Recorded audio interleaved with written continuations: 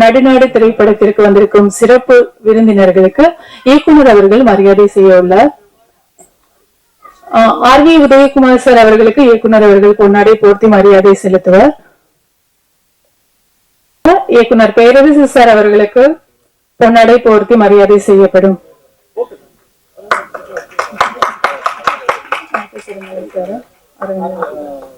Sir அவர்களுக்கு பேரரசு பொன்னாடை போர்த்தப்படும். திருமலை இல்லையே அவங்க பேரு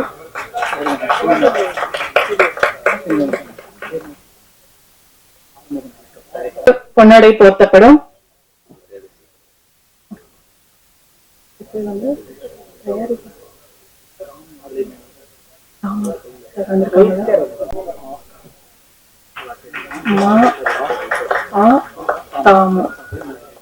இந்த படத்தோட பாடலாசிரியர்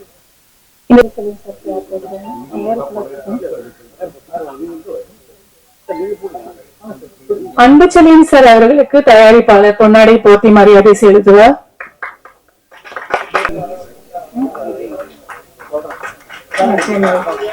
அடுத்ததாக விஜய் முரளி சார் அவர்களுக்கு பொன்னாடை போர்த்தி மரியாதை செலுத்தப்படும்.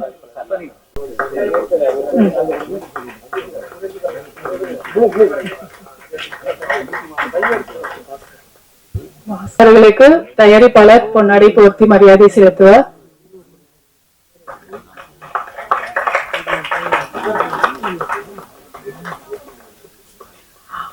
எடிட்டர் கோபி அவர்கள்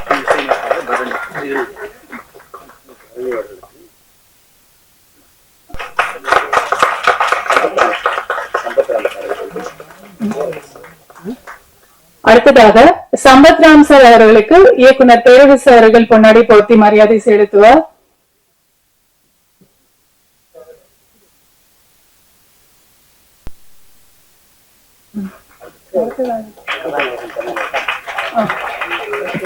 பேரு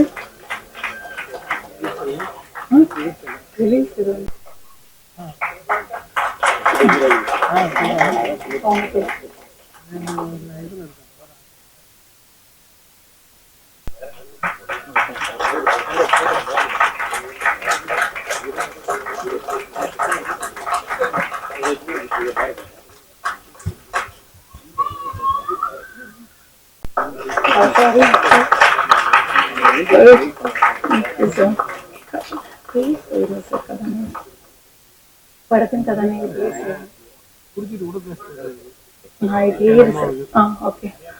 பொன்னாடை போர்த்தி மரியாதை செலுத்துவார்.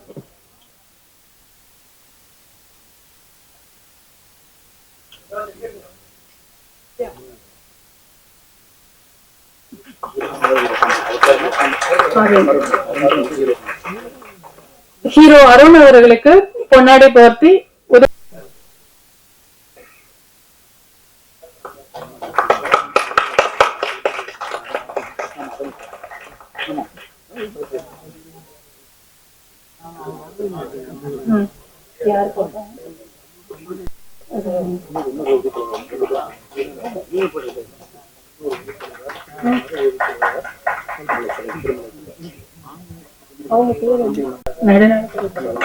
நடுநாடு திரைப்படத்தின் ஒளிப்பதிவாளர் செந்தில்குமார்.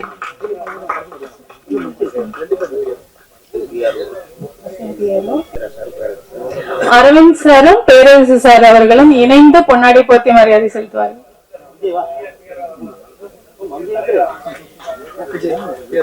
PRO விஜய் அவர்களுக்கும் பொன்னாடை போர்த்தி மரியாதை செலுத்தப்படும். அவ்வளவுதானா?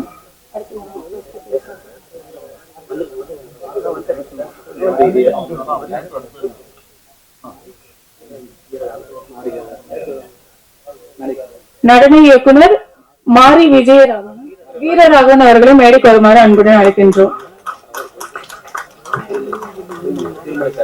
திருமலை சார் அவர்கள் நடன இயக்குனருக்கு மரியாதை செலுத்துவார்கள்.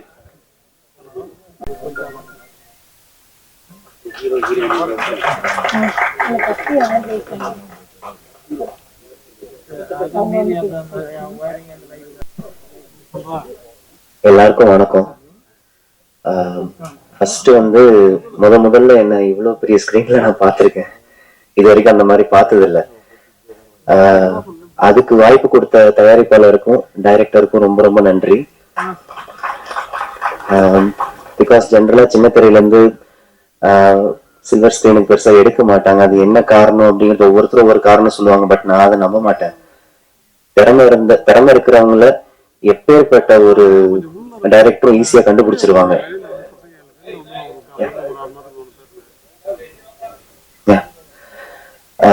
ஒரு உண்மையான திறமைசாலியா எங்க இருந்தாலும் ஒரு டைரக்டரோட கண்ணுக்கு துண்டா தெரிவாங்கன்னு எப்பவுமே சொல்லுவாங்க. அதுக்கு மிகப்பெரிய எக்ஸாம்பிள் வந்து பாரதி ராஜா சார். ஒரு போக்குல ஒரு நவீன பிடிச்சிக்கலாம் வாயா அப்படிங்கறதெல்லாம் ஒரு இன்டர்வியூல நான் பார்த்திருக்கேன். என்னோட பெரிய பிளெஸிங் என்னன்னா, அவர் நடிக்கிறது ஒரு தடவை என்னோட ஃப்ரெண்டோட படத்துல நான் பார்த்திருக்கேன்.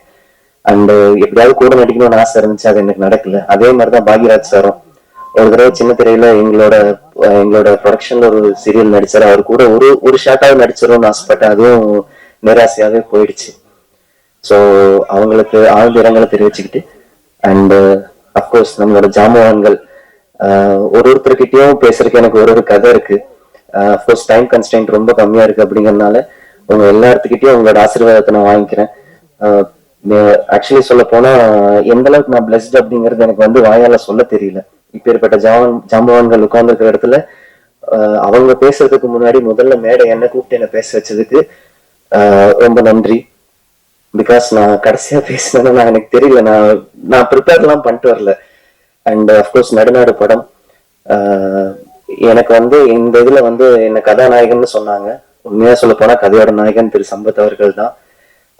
பிகாஸ் இந்த கதை தான் இதுல ரொம்ப ரொம்ப முக்கியமான விஷயம். நான் வந்து நான் டைரக்டர் கிட்ட பெர்மிஷன் கேட்டேன். ஸோ அந்த விஷயத்த சொல்லலாம். நான் வந்து ஒரு டைரக்டரா வரணும் அப்படின்னு சொல்லி ஆசைப்படக்கூடிய ஒரு கேரக்டர்கள் நான் பண்ணியிருக்கேன். ஸோ அதுல ஏற்படுற ரிஜெக்ஷன்ஸ், அதுல ஏற்படுற கஷ்டங்கள், அதை தாண்டி வர்ற விஷயங்கள் எல்லாமே இதுல வந்து ரொம்ப அழகா காமிச்சிருக்காரு. அண்ட் ஆல்சோ அந்த போர்ஷன்ஸ், அந்த ட்ரெய்லர் போர்ஷன்ஸ் எல்லாம் நீங்க பார்த்துருப்பீங்க. ஸோ கண்டிப்பா இது ரொம்ப ரொம்ப நல்ல ஒரு என்டர்டைன்மெண்ட் படமா இருக்கும்னு நான் ரொம்ப நம்புறேன். அண்ட் மறுபடியும் என்ன வாய்ப்பு கொடுத்து இந்த மேடையில் நிக்க வச்சதுக்கு உங்க எல்லாருக்கும் ரொம்ப ரொம்ப நன்றி. கண்டிப்பா சப்போர்ட் பண்ணுங்க. இந்த படம் ஒரு வெற்றி படமா அமையணும் அப்படிங்கிறதுக்காக நான் கடவுளையும் என்னோட சீனியர்ஸ், என்னோட ஜாம்பவான்களையும் நான் வேண்டிக்கிட்டு, எனக்கு பேச தெரியல இதுக்கு மேல.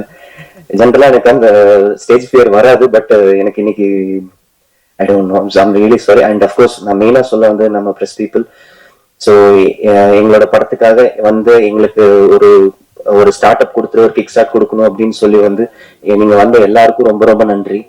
அண்ட் ப்ரெஸ்ல இருந்து வந்தவங்க அண்ட் போட்டோகிராஃபர்ஸ், ஸ்டில்கிராஃபர்ஸ் எல்லாருக்குமே ரொம்ப ரொம்ப நன்றி. கண்டிப்பா சப்போர்ட் பண்ணுங்க. கண்டிப்பா இந்த ஒரு படம் வெற்றி படமா அமையணும் அப்படின்னு ஒரு நம்பிக்கையில உங்க எல்லாத்திட்டையும் வாழ்த்தி விடுறேன். ஐயோ அஃப்கோர்ஸ் சாரி, நம்ம டைரக்டர் அவரை விட்டேன்.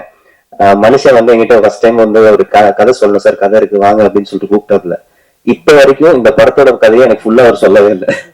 என்னோட போர்ஷனை மட்டும் சொன்னாரு. சார் இந்த போர்ஷன் தான் உங்களோட, அடுத்தது வந்து நாங்க வந்து இங்க ஒரு கதை உள்ள போயிடுவோம், நம்ம கிராமத்துக்குள்ள போயிடுவோம் அப்படின்னு சொல்லுவாரு. ஒரு தடவையும் சத்தியமா சொல்றேங்க, இன்னைக்கு வரைக்கும் பிரிண்ட் ஆன சீன் பேப்பர் அந்த மனுஷன் எங்க கிட்ட காமிச்சதே கிடையாது. இதுல நடிச்சவங்களுக்கு கண்டிப்பா தெரியும். சோ அவர் எல்லாமே ஃபுல் அண்ட் ஃபுல் அந்த ஒரு மைண்ட்லயே வச்சுப்பாரு. சார் இது இங்க வர்றீங்க, இந்த டைலாக் தான் சார், இது ரொம்ப இம்பார்ட்டன்ட் டைலாக் சார், இது மட்டும் ஷார்ப்பா மென்ஷன் பண்ணிடுங்க, மத்தபடி உங்களோட ஃப்ளோல நீங்க போயிடுங்க அப்படின்னு சொல்லிட்டு ரொம்ப ரொம்ப கதையை மைண்ட்லயே வச்சுட்டு தனக்குள்ளேயே வந்து எடிட் பண்ணிக்கிட்டே ஒரு ஷார்ட்டா எடுப்பாரு. ஸோ அவரை பத்தி ஸ்பெஷல் மென்ஷன் நான் பண்ணணும்னு நினைச்சேன். சாரி, நான் லாஸ்ட்ல எடுத்து வந்ததுக்கு. And really thank you so much. Thank you. மேலும் நிறைய படங்கள் நடிக்கிறதுக்கு அடுத்ததாக நடுநாடு திரைப்படத்தின் மற்றொரு ஹீரோவாக நடித்திருக்கும் எழில் செல்வன் அவர்கள் ஓரிரு வார்த்தை பேசுமாறு அழைக்கின்றோம். அனைவருக்கும் வணக்கம். இங்கே வருகை தந்திருக்கிறோம் press peoples and for everyone, thanks for everyone. இது ஆக்சுவலாக என்னோட ஃபர்ஸ்ட் மூவி நான் ஹீரோவாக பண்ணது. அண்ட் ஆப்பர்ச்சுனிட்டி நம்ம சந்தோஷ் சார் எனக்கு கொடுத்தது வந்து பெரிய வாய்ப்பு. இந்த ஸ்டேஜ் எல்லாம் வந்து நிற்க நான் நினச்சி கூட பார்த்ததில்ல. நான் ரொம்ப ஒரு சின்ன கிராமத்தில் தான் பிறந்து வாழ்ந்தவன். என்ன சார் நினைச்சாருன்னு தெரியல. அப்புறம் ப்ரொடியூசர் எங்கள் அண்ணன் தான். அண்ணன் வந்து என்னை சின்ன வயசுலேருந்தே பார்த்துருக்காரு. பார்த்துட்டு ஒரு நாள் இந்த மாதிரி படம் பண்ணுண்டா நீ பண்ணா நல்லா இருக்கும் அப்படின்ற மாதிரி சொன்னாரு. ஆக்சுவலி ஸ்டார்டிங்ல வி ஸ்ட்ரகிள்ட் அ லாட். ஒரு கேமராவே சரியா பார்த்ததில்ல, அதை என்னை கூப்பிட்டு வந்து ரொம்ப என்கரேஜ் பண்ணி ஃபர்ஸ்ட் ஒரு 3 daysலாம் பயங்கரமா கேமரா பார்த்த உடனே கைக்கெல்லாம் நடக்க ஆரம்பிச்சிடும். அப்புறம் சார் தான் வந்து கொஞ்சம் அதெல்லாம் ஒன்றும் இல்லை சார், என்ன சார் நான் யூஸ்வலா எப்படியும் பேசுற மாதிரி எப்படியும் பண்ற மாதிரி பண்ணுங்க, கேஷுவலா இருங்க அப்படின்னு சொல்லி என்னை தேத்தி கொண்டு வந்தார். 2வது நாள்லாம் தேய்ச்சி ஓடி இருக்கும், அந்த அளவுக்கு எனக்கு ரொம்ப பயம் ஜாஸ்தியா இருந்துச்சு. அவர் நிறைய சார் வந்து ட்ரெயின் பண்ணி அவர் சொன்ன மாதிரி தான் சார், இவ்வளவு சார் டைலாக் அந்த ஸ்பாட்ல வந்துட்டு இதுதான் சார் இப்படிதான் சார் ரொம்ப கேஷுவலா என்னை வந்து ட்ரெயின் பண்ணி கூப்பிட்டு வந்தாரு. And the peoples those who work with us, இந்த நிறைய வெயில்ல வந்து ரொம்ப லைட்டு அதெல்லாம் நிறைய ஸ்ட்ரகிள் பண்ணும்போது ரொம்ப அவங்க வந்து கூட இருந்து எல்லாருமே ஒரு ஃப்ரெண்ட்லியா ரொம்ப கேஷுவலா ரொம்ப ஜாலியா வந்து கொண்டு போனாங்க. நடுநாடுன்ற பேரு it's not a name, it's a feel. ஆக்சுவலா நாங்க தமிழ்நாட்டு உள்ள வந்து உளுந்தூர்பேட்டை, கடலூர் இந்த பகுதி சுற்று வட்டாரங்கள கடலூர் நடுநாடுன்னு சொல்லுவாங்க. நாங்க எங்க மக்களோட ஃபீலிங்ஸ், அவங்களோட உணர்வு, அவங்களோட வாழ்வியல் பற்றி உண்மையான சம்பவத்தை தான் வந்து சார் வந்து இதுல பதிவு பண்ணியிருக்காரு, சந்தோஷ் சார். ஸோ உங்களோட பிளஸிங் மீடியா பீப்புள்ஸ், நீங்க 50% நாங்க என்ன எவ்வளவு பண்ணாலும் நீங்க 50% எங்களுக்கு சப்போர்ட் பண்ணீங்கன்னா இன்னும் வந்து பெஸ்டான ஒரு அவுட்புட் கிடைக்கும். அண்ட் பரணி சார் தஞ்சாவூர்ல இருந்து வந்தவர், அவர் எங்க கால் பதிச்சாலும் அதுக்குன்னு ஒரு இடத்த வந்து கிரியேட் பண்ணிட்டு போயிடுவாரு. ஃபர்ஸ்ட் பாடலாசிரியர் வந்து சார் வந்துட்டு, அதுக்கப்புறம் மியூசிக் டைரக்டர், அதுக்கப்புறம் பாடகர், டைரக்ஷனு எல்லாமே பண்ணிட்டாரு சார். ஸோ அவரை பத்தி அதிகமா சொல்றதுக்கு ஒன்றும் இல்லை, அவரை எல்லாருமே தெரியும். தேங்க்யூ ஃபார் இந்த மூவில எனக்கு பண்ணி கொடுத்ததுக்காக ரொம்ப நன்றி சார். உங்களோட பலம் இன்னும் ஜாஸ்தியா இருக்கு, இந்த பாட்டு இதெல்லாம் இது இன்னும் நிறைய சப்போர்ட் பண்ணிருக்கு இதுல. அண்ட் இப்போ நன்றி, எல்லாருக்கும் நன்றி. Thank you so much. தேங்க்யூ. அடுத்ததாக நடுநாடு திரைப்படத்தின் கதாநாயகி அனுஸ்ரீ அவர்கள் சில வார்த்தைகள் பேசுமாறு இருக்கின்றோம்.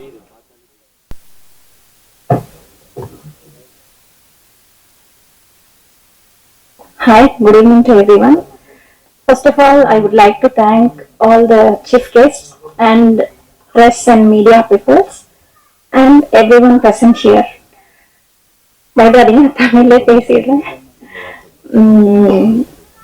Today is my very special day.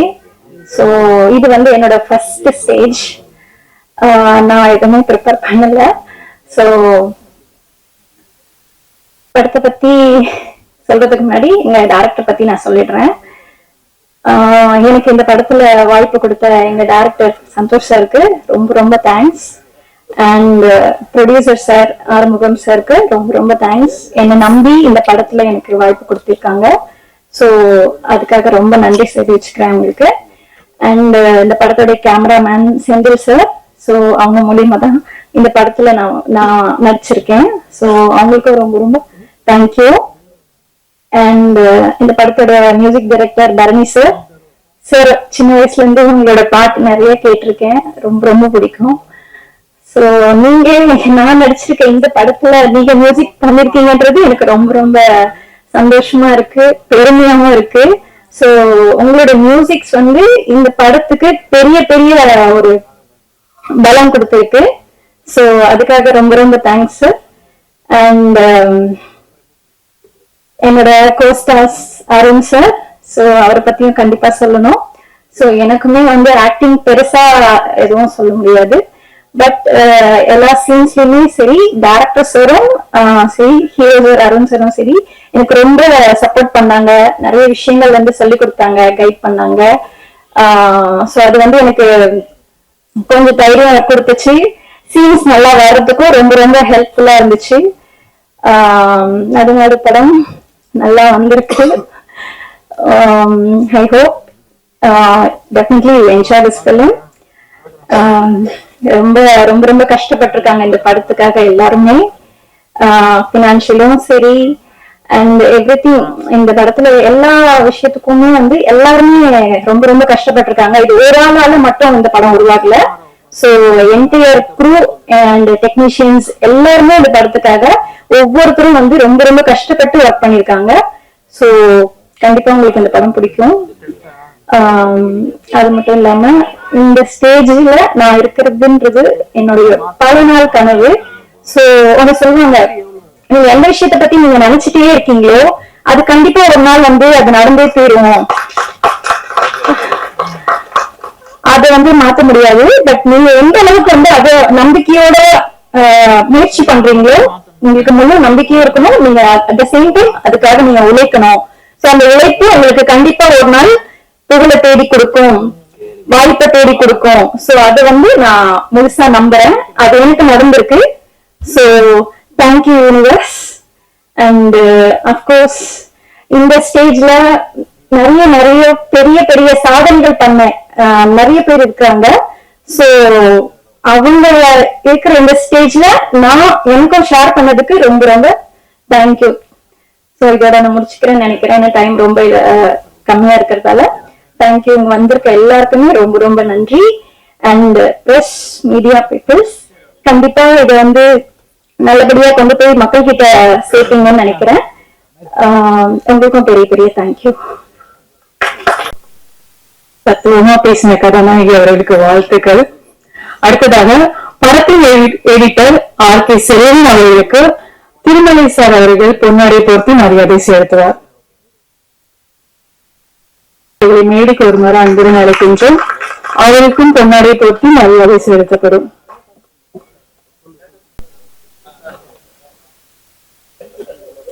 இவர் தஞ்சை நெற்களஞ்சியத்தில் பிறந்து துளி துளியாய் இசை மலையில் நனைந்து ஸ்டைலாக இசையமைத்து இசை களஞ்சியமாய் நமக்கெல்லாம் இதமான இசை விருந்து கொடுத்து வருகின்ற நடிநாடு திரைப்படத்தின் இசையமைப்பாளர் திரு பரணி சார் அவர்கள் ஒரு சில வார்த்தைகள் பேச அன்புடன் அழைக்கின்றோம். நிறைய பேர் நிறைய பேசுறது இருக்காங்க, அவங்க பேசுவாங்க. பிரஸ் பீப்புளுக்கும் மீடியா பீப்புளுக்கும் எனது மாலை வணக்கத்தை தெரிவிச்சுக்கிறேன். இந்த நடுநாடு படம் வந்து எப்படி துவங்குச்சுன்னா, ஃபர்ஸ்ட் ஒரு 2 வருஷமா டேரக்டர் வந்து என்கிட்ட ஒரு கதை சொல்லுவாப்புல. இந்த கதை ரொம்ப நல்லா இருக்கும் சார் அப்படின்னு கதை சொல்லியிருந்தாரு. நானும் என்னன்னா ஒரு வெற்றிக்காக வெயிட்டிங்ல இருந்துகிட்டு இருக்கேன். அந்த மாதிரி அவர் வந்து ஒரு கதை சொன்னாரு. அது சினிமா பற்றிய கதை. இது சினிமா பண்ணி நிறைய பேர் ஒன்றும் பெருசா ஜெயிக்கலையா, திருப்பியும் சினிமா பத்தி சொல்றாரு சார், இது ஒரு விதமான கதை சார்னு அப்புறம் மீண்டும் வந்து சொன்னாரு. சொல்லி விடவே இல்லை, கடைசி வரைக்கும் இந்த படத்துக்கு நீங்க மியூசிக் பண்ணி கொடுக்கணும். நான் ஒரு நல்ல படமா நல்ல ஒரு பெரிய படமா பண்ணணும், எல்லாருக்குமே கனவு அப்படித்தானே. அதுக்காக நான் வெயிட்டிங்ல இருந்துகிட்டு இருந்தேன். அவர் வந்து பேசக்குள்ள அவர் இந்த கதை சொன்ன விதம், ஆள் அப்படி வந்து பேசுற அந்த வெறித்தனம், அதெல்லாம் எனக்கு ரொம்ப பிடிச்சி போச்சு. அப்புறம் கம்போஸ் பண்ணோம். தாமஸ் சார் வந்து ப்ரொடியூசருங்க வந்து பாட்டு எழுதுவாங்கன்னு எனக்கு தெரியாது. நான் இது வரைக்கும் என் படத்துல வந்து எந்த ப்ரொடியூசரையும் பாட்டு எழுத வச்சதில்லை. இந்த படத்துலதான் முதல் முறையா தாமஸ் சார் வந்து எழுதி கொடுத்து நான் மறந்து போயிட்டேன். எல்லா பாடலுமே அவர் லிரிக்ஸ் கொடுத்து அதுக்கப்புறம் தான் நான் டியூன் பண்ணேன். எந்த சாங்குமே டியூன் பண்ணிட்டு எழுதல. அது ஒரு எனக்கு சவாலா இருந்தது. இந்த படத்துக்கு பண்ணி கேட்ட பாடல் எல்லாமே லிரிக்ஸ்க்கு டியூன் பண்ணது. இந்த பாடல் கேட்கக்குள்ள ஹரிஸ் ராகவன் பாடக்குள்ள அவர் வந்து சொன்னாரு, சார் இந்த சாங் ரொம்ப நல்லா இருக்கு, அடியே என் சண்டைக்காரி அப்படின்னு சொன்னாரு. அவரும் நானும் சேர்ந்தாலே கன்ஃபார்மா ஒரு ஹிட்டு. இந்த படத்துக்கும் அப்படி அமைஞ்சிருக்கு. கண்டிப்பா நடுநாடு மிகப்பெரிய வெற்றி அடையணும். என்னோட சினிமா ஜாம்பவான்கள் எல்லாம் மேடையில இருக்காங்க. அவங்க பேரை தனித்தனியா சொல்லி நான் வாழ்த்து தெரிவிக்க முடியாது. மொத்தமா வாழ்த்து தெரிவிச்சிருவங்க எல்லாருக்கும். இதுக்கு மேல அவங்க பேசுவாங்க. நன்றி, வணக்கம். நன்றி சார். அடுத்ததாக திரு பாஸ்கர் அவர்கள் ஒரு சில வார்த்தைகள் பேச அன்புடன் அழைக்கின்றோம். பாஸ்கர் சார் அவர்கள் சமூக ஆர்வலர் தெரியல.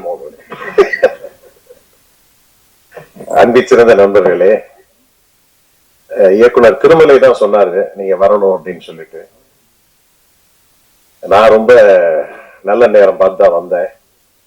இந்த தேர்தல் நேரம் எல்லாம் முடிஞ்சது. நானும் தேர்தல் களத்துல இருந்தேன். தேர்தல்ல போன பணத்தெல்லாம் நினைச்சா இன்னும் ஒரு 5-6 படம் பண்ணிருக்கலாம் போல இருக்கு. தேர்தல் செலவுலாம் ரொம்ப கம்மியாகுது இப்ப. ஆனா 40 லட்சம் தான் வந்து கணக்காட சொல்றாங்க. ஆனா அதை நான் சொல்ல முடியாது. சொன்னா வந்து வேற வேற ஆயிடும். நல்ல கதைகளையும் நல்ல படத்தையும் வந்து தமிழக மக்கள் ஏற்றுக்கொள்வார்கள். அந்த வகையிலே இந்த நடுநாடு படத்தையும் மக்கள் நிச்சயமாக ஏற்றுக்கொள்வார்கள். ஏற்றுக்கொள்ள வேண்டும் அப்படின்னு யாரும் கட்டாயப்படுத்த முடியாது. நிச்சயமா அதற்கான ஒரு வரவேற்பு இருக்கிறது. ஆர்வமும் துடிப்பும் உள்ள இயக்குனர் இதை இயக்கி இருக்கிறார்கள். அதே நேரத்தில் தயாரிப்பாளர்கள் ஆர்வத்தோடு இந்த படத்தை எடுத்திருக்கிறார்கள். திரையுலகத்தை பத்தி நன்றாக தெரிந்த ஜாம்பவன்கள் தான் இங்க எல்லாருமே இருக்கிறாங்க. எனக்கு திரையுலகத்தை பத்தி தெரியுமா அப்படின்னு சொன்னா, மக்கள் தொலைக்காட்சி ஆரம்பிக்கிற பொழுது நாங்க நல்ல படங்களை தயாரிக்க வேண்டும் என்று சொல்லி ஒரே நேரத்துல 100 படங்கள் தயாரிக்கப்பட வேண்டும் என்று சொல்லி, அதுவும் குறிப்பா டிஎஃப்டி அந்த மாணவர்களை வைத்து அவங்கள தேடி கண்டுபிடிச்சு ஒரு பட்டியலை எடுத்தோம். ஒரு 100 பேர் எடுத்தோம். 100 பேர் எடுத்து ஆளுக்கு இவ்வளவு கொடுக்கணும், 1 கோடி ரூபாய் கொடுக்கணும்னு சொல்லிட்டு மருத்துவர் ஐயா அவர்கள் மக்கள் தொலைக்காட்சியை உட்கார வச்சு 100 பேரையும் உட்கார வச்சு 100 பேருக்கும் பணப்பட்டுவாடா பண்ணோம். 100 பேருக்கும் பணப்பட்டுவாடா பண்ணி அவர்கள் என்ன படத்தை கொண்டு வந்த அதை பார்த்துட்ட பிறகு இனிமேல் நாங்க படம் எடுக்கிறது இல்லைன்னு முடிவு பண்ணிட்டோம் தொலைக்காட்சி.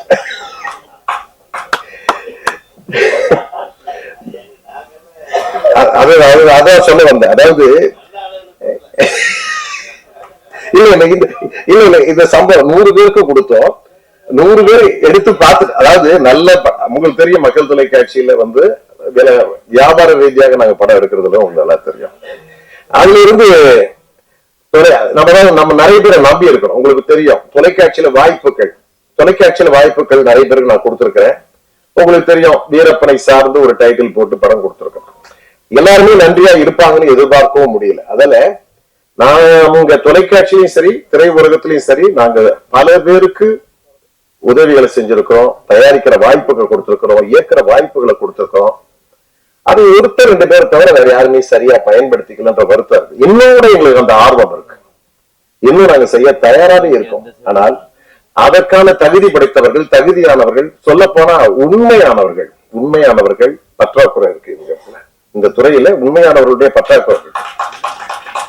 நம்பிக்கை கழுத்து இருக்கிறது, பின்னாடி முதுகுல குத்துறது, ஒரு 30-40 கத்தி இருக்கும். எடுத்து பார்த்தா தம்பி நீ உங்க கத்திக்குமா இருக்கு அப்படின்ற மாதிரி தான் இருக்கு. அதே மாதிரி சம்பத் வந்து என்னுடைய நண்பன். அதுவும் சொல்ல போனா ஜிம்ல வந்து நான் பார்த்தேன், ரொம்ப சின்சியரா பண்ணுவாரு. எனக்கு ரொம்ப பிடிச்ச நடிகர்கள்ல சம்பத். சம்பத் வந்து இங்க தமிழகத்துல மட்டுமல்ல உலக நாடுகள்லாம் நல்ல பிரபலமானவர். கபாலில இருந்து ரஜினிகாந்த் வெளியே வந்தவொடனே சம்பத் எப்படி இருக்கிறன்னு ஒரு கேள்வி கேட்பாரு. அப்பவே சம்பத்தை அதுல தனித்துவமா தெரியும் அவரை சம்பத். அதே மாதிரி இந்த நம்ம கதாநாயகனும் பார்த்தேன், ஆர்வமா இருக்காங்க. கதாநாயகி எல்லாமே ஆர்வமா இருக்காங்க. சில எல்லாம் கதாநாயகெல்லாம் தத்தி பேசுவாங்க. நல்லா பேசுறோமா, உனக்கு எல்லா இடத்துலயும் வாய்ப்பு இருக்கு, எங்க தொலைக்காட்சியில நல்ல வாய்ப்பு இருக்கு. ஆனா நல்ல தமிழ் பேசணும், ஆங்கிலம் கலக்க கூடாது, சமஸ்கிருதம் கலக்க கூடாது. ஒண்ணு சொல்றேன், மக்கள் தொலைக்காட்சியில இருந்து போனவங்க நிறைய பேர் வந்து மிகப்பெரிய அளவுக்கு ஆயிருக்காங்க, பெரிய அளவுக்கு உருவாகி இருக்கிறாங்க. இன்னும் மக்கள் தொலைக்காட்சி நாங்க நடத்திட்டு இருக்கிறோம். அதாவது மக்களை சார்ந்து நாங்கள் நடத்தி கொண்டிருக்கிறோம். நீங்க நல்ல படங்களுக்கு நான் இன்னைக்கு கூட வந்து நான் ஒரு படத்தை தயாரிச்சுட்டு தான் இருக்கேன். நான் சொல்ல விரும்பல, ஆனா உண்மையில ஒரு படம் தயாரிச்சுட்டு இருக்கேன். ஆபரேஷன் டிராகத்னு ஒரு படம் தயாரிச்சுட்டு இருக்கேன். மோகன்லால், மேஜர் ரவி தான் டைரக்டர். அது வந்து உங்களுக்கு தெரியும், ஆபரேஷன் டிராகத் பெயர் பதிவு ரவி கோட்டரக்கார எல்லாமே கேட்டு படம் பண்ணிட்டு இருக்கோம். அந்த படத்தை பண்ணிட்டு இருக்கோம். இப்போ நம்ம சரத் சார்லாம் கூட நடிக்கிறாங்க. அதுல எதுக்காக சொல்ல வரேன்னா, பெரிய படங்கள் சின்ன படங்கள் இதெல்லாம் பார்த்து கொடுமை, இதெல்லாம் கலந்து பேசி பார்க்கும்போது திரையுலகம் இன்றைக்கு ஒரு ஹெல்த்தியா இல்லை. திரையுலகம் வந்து ஒரு ஆரோக்கியமானதா இல்லை. உங்களுக்கு வந்து தியேட்டர் கிடைக்கல, தியேட்டர்ல போனா வசூல் கிடைக்கும், மக்கள் வரவே மாட்டேன்றாங்க. அதுக்கான காரணங்களை இன்னும் கண்டறியாமே நீங்க படத்தை தயாரிச்சு போட்டுக்கிட்டே இருக்கிறீங்க. ஒரு ஏபி இன்டர்நேஷனல் போறோம், அவங்க கிட்ட போட்டா அவங்க ஒரு 1008 கதை சொல்றாங்க. அமேசான் பிரைம்ல போனா அவங்களுடைய விதிமுறைகள் வேற மாதிரி இருக்கு. அப்புறம் எங்கதான் நீங்க திரையரங்கிலையும் திரையிட முடியல, ஓடிடிலையும் திரையிறங்க முடியல. அப்புறம் நம்பி என்கிட்ட வந்து படத்தை வந்து நீங்க தயாரிங்க அப்படின்னு சொல்றாங்க. ரொம்ப ஆர்வமா பேசுவாங்க. சில இயக்குநர்கள் நல்லா ஆர்வமா பேசுவாங்க. நல்ல இயக்குநர்கள் நிறைய பேர் நடிகர்கள் பேசுவாங்க. எனக்கு எல்லாருமே தெரியும். தயாரிப்பாளர் சங்க தலைவர் தமிழ் குரலா என்னுடைய நண்பன், அதே மாதிரி கலைப்புலி தானு, எல்லாமே நாங்கெல்லாம் பேசிட்டு இருப்போம். எப்படி நான் தயாரிக்க நான் தயாரா இருக்கிறேன். ஆனா படம் எப்படி ஒழுங்கா வருமா, ஒழுங்கா பண்ணி தருவாங்களா, ஒழுங்கா முடியுமா அப்படின்ற கேள்வி எல்லாம் நிறைய இருக்கு. எல்லாம் ஜாம்பவான்கள் தான் அங்க இருக்காங்க, அண்ணெல்லாம் இருக்காங்க, பெரிய ஜாம்பவான்கள், பெரிய வெள்ளி விழா படங்களை கொடுத்தவர்கள் எல்லாருமே இருக்கிறாங்க. ஆனால் இன்றைய இளைய தலைமுறை, இன்றைய இளைய இயக்குநர்கள் இன்றைக்கு இந்த திரைத்தை எப்படி புரிந்து கொண்டு சிறப்பாக செய்யக்கூடியவர்கள் இன்னும் நிறைய பேர் இருக்காங்க. அவர்களை நாம் ஊக்குவிக்க வேண்டும். அந்த வகையிலே இந்த திரைப்படம் சிறப்பாக வந்திருக்கிறது என்று நான் கருதுகிறேன். நல்லாவே பண்ணியிருக்காங்க. இசையமைப்பாளர்லாம் நல்லா இசையமைச்சிருக்காங்க. எடிட்டிங் எல்லாம் ரொம்ப நல்லா இருக்கு. நல்லா அவங்க நடிச்சிருக்காங்க. சம்பத்து பேருக்குன்னு ஒரு மையமே இருக்கு. அந்த அடிப்படையில நிச்சயமா சம்பத் சார்ந்து இந்த படம் ஒரு வெற்றி படமாவும் அமையும். இயக்குனரும் ரொம்ப உறுதியா இருந்திருக்காரு.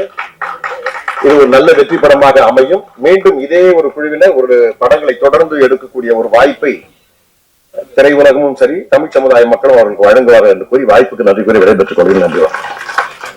ரொம்ப நன்றி சார். அடுத்ததாக சிறு முதலீட்டு திரைப்பட தயாரிப்பு பட சங்க தலைவர் திரு R.K. அன்பு செல்வன் அவர்கள் ஒரு சில வார்த்தைகள் பேச அன்புடன் அழைக்கின்றார்.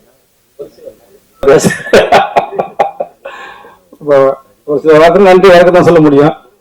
வணக்கம். வந்திருக்க மீடியா நண்பர் அனைவருக்கு என்னுடைய பணிவான மனை தெரிவிச்சுட்டு, நாடு நாடு மேல இருக்க அத்தனை பேருக்குமே என்னுடைய நடுநாடா, ஆமா நடுநாடு ஒடிசரே இப்பதான் நானே பாக்குறேன். பதிவு பண்ணிட்டு அப்புறம் இப்பதான் வந்தாரு. அது நானே அதை கூட்டு மேல வர வச்சேன். இப்ப சார் உங்க புடிச்சர் மட்டும் சப்போர்ட் பண்ணுவேன் சொன்னார் விஜய் சார். கதைப்பாரு இல்லை என்ன சினிமா இல்லைங்க நான் அடிக்கடி சொல்லுவேன். இந்த படத்தை பொறுத்த வரைக்கும் பரணியை நான் மெயினா பேசி ஆகணும். ஏன்னா பரணி நானும் ரொம்ப ஏதோ கூட சொன்னேன், எங்க ஊரு மியூசிக் உடனே என்ன உங்க ஊருன்றீங்கன்னாரு. நம்ம ஊரு மியூசிக் 90ல இருந்து பரணி எனக்கு தெரியும்.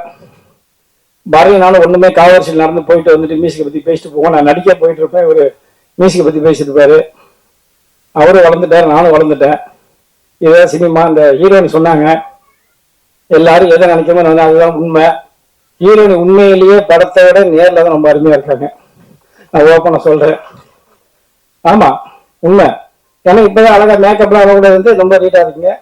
அதே மாதிரி நம்ம சம்பத்ராம் பின்னி எடுத்திருக்காரு. என்னன்னா ஒரு படம் பாஸ்கர் சார் தெளிவா சொன்னார், அதுல வந்து ஒரு நூல் கூட போய்க்கிற உண்மை. யாருமே ஏமாத்த படம் இருக்கிறதுக்கு யாருமே வரல சினிமாவுக்கு. எப்ப அண்ணன் சவமா தின்னு எப்ப காலியா இருந்தா தெரியா இருக்கு. இப்ப சொன்னா 100 படம்னு. ஏன்னா படத்தை நீங்க எடுக்கும் போதே ஒரு டீமை செட் பண்ணிக்கணும். இப்ப எல்லாரும் பெரிய பெரிய ஹீரோ வச்சு படம் எடுக்கிறாங்க, பெரியனா அவங்க டீமை செட் பண்ணி ஏமாட்டம் தெளிவா செய்கிறாங்க. நம்மளால புடிச்சத பார்த்தாலும் 4 பேர் சுத்தி ரவுண்டு கட்டிட்டு ஏமாத்தி தெளிவா இருக்கான். அப்ப எப்படி படம் நம்ம ஹிட் கொடுக்க முடியும்? இன்னைக்கு தியேட்டர்ல யாருமே வரதில்லை. அதையும் மீறி வரணும்னா இளைஞர்களுக்கு ஏதாவது ஒரு மெசேஜ் நீங்க சொல்லி ஆகணும். எனக்கெல்லாம் சொன்னா எவ்வளவு வரமாட்டாங்க, ஃபேமிலிஸ் எல்லாம் வரமாட்டாங்க. இன்னைக்கு தியேட்டர் வர எல்லாருமே இளைஞர்கள் தான், யூத் தான், காலேஜ் பசங்க காலேஜ் பொண்ணுங்க வருதுன்னா அதுக்கு தகுந்த நீங்க கதையை நீங்க எடுத்தீங்கன்னாதான் சினிமாவில் ஒரு 10 பேர் வந்தாதான் அடுத்த ஒரு படம் எடுக்க முடியும். நானே ராஜா, நானே ஹீரோ, நானே மந்திரி நம்மளே ஒரு படத்தை எடுத்து வச்சுட்டு படம் சூப்பர் சூப்பர்னு சொன்னா என்ன பண்ண முடியும்? யாரும் ஒரு தேட்டர். அதனால தயவு செய்து அவர் பாசியா சொன்ன மாரி படத்தை நல்லா எடுங்க. இந்த நாடு நாடு சாரி நடு நாடு நடு நாடு எங்கேயோ ரொம்ப நாளாச்சு, எல்லாம் இங்கிலீஷ்ல டைட்டில் வச்சு தமிழ்ல ஏதாவது ஒண்ணு. அதனால இந்த படம் மிகப்பெரிய வெற்றி அடையணும். மீண்டும் ஒரு முறை சொல்றேன், இந்த மாதிரி படமா எடுக்கும் போது தெளிவா எடுங்க. எக்காரத்தை கொண்டும் யாரை ஏமாத்தி படம் எடுத்து வராதிங்க. நீங்க ஜெயிக்கணும்னா அந்த ஹீரோயின் சொன்ன மாதிரி தெளிவா நினைச்சு எடுத்தாங்க. நன்றி, வணக்கம். நன்றி சார். அடுத்ததாக பல படங்களில் வில்லனாக நடித்து நம்மை மிரட்டியவர், நடுநாடு திரைப்படத்தில் மாறுபட்ட கதாபாத்திரத்தில் மிக சிறப்பாக நடித்திருக்கும் நடிகர் சம்பத்ராம் சார் அவர்கள் பேச அன்புடன் அழைக்கின்றோம்.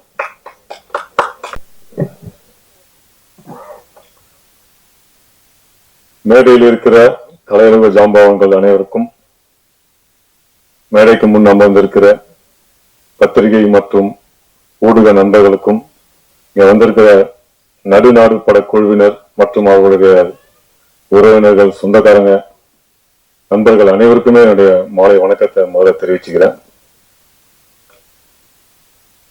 நம்முடைய தமிழக முதல்வர் திரு சி. ஜோசப் விஜய் அவர்களுடைய நடிப்புல நாளை வெளியாக இருக்கிற ஜனநாயகன் திரைப்படம் மாபெரும் வெற்றியடைய என்னுடைய மனமார்ந்த வாழ்த்துக்களை இந்த நேரத்தை தெரிவிச்சுக்கிறேன். அவருடைய கடைசி படம் சொல்றாங்க. ஸோ நம்ம எல்லாருமே தியேட்டர்ல போய் பார்த்து இது ஒரு மிகப்பெரிய ஒரு பிளாக் பஸ்டர் ஹிட் ஆகணும்னு நான் வேண்டி கேட்டுக்கிறேன்.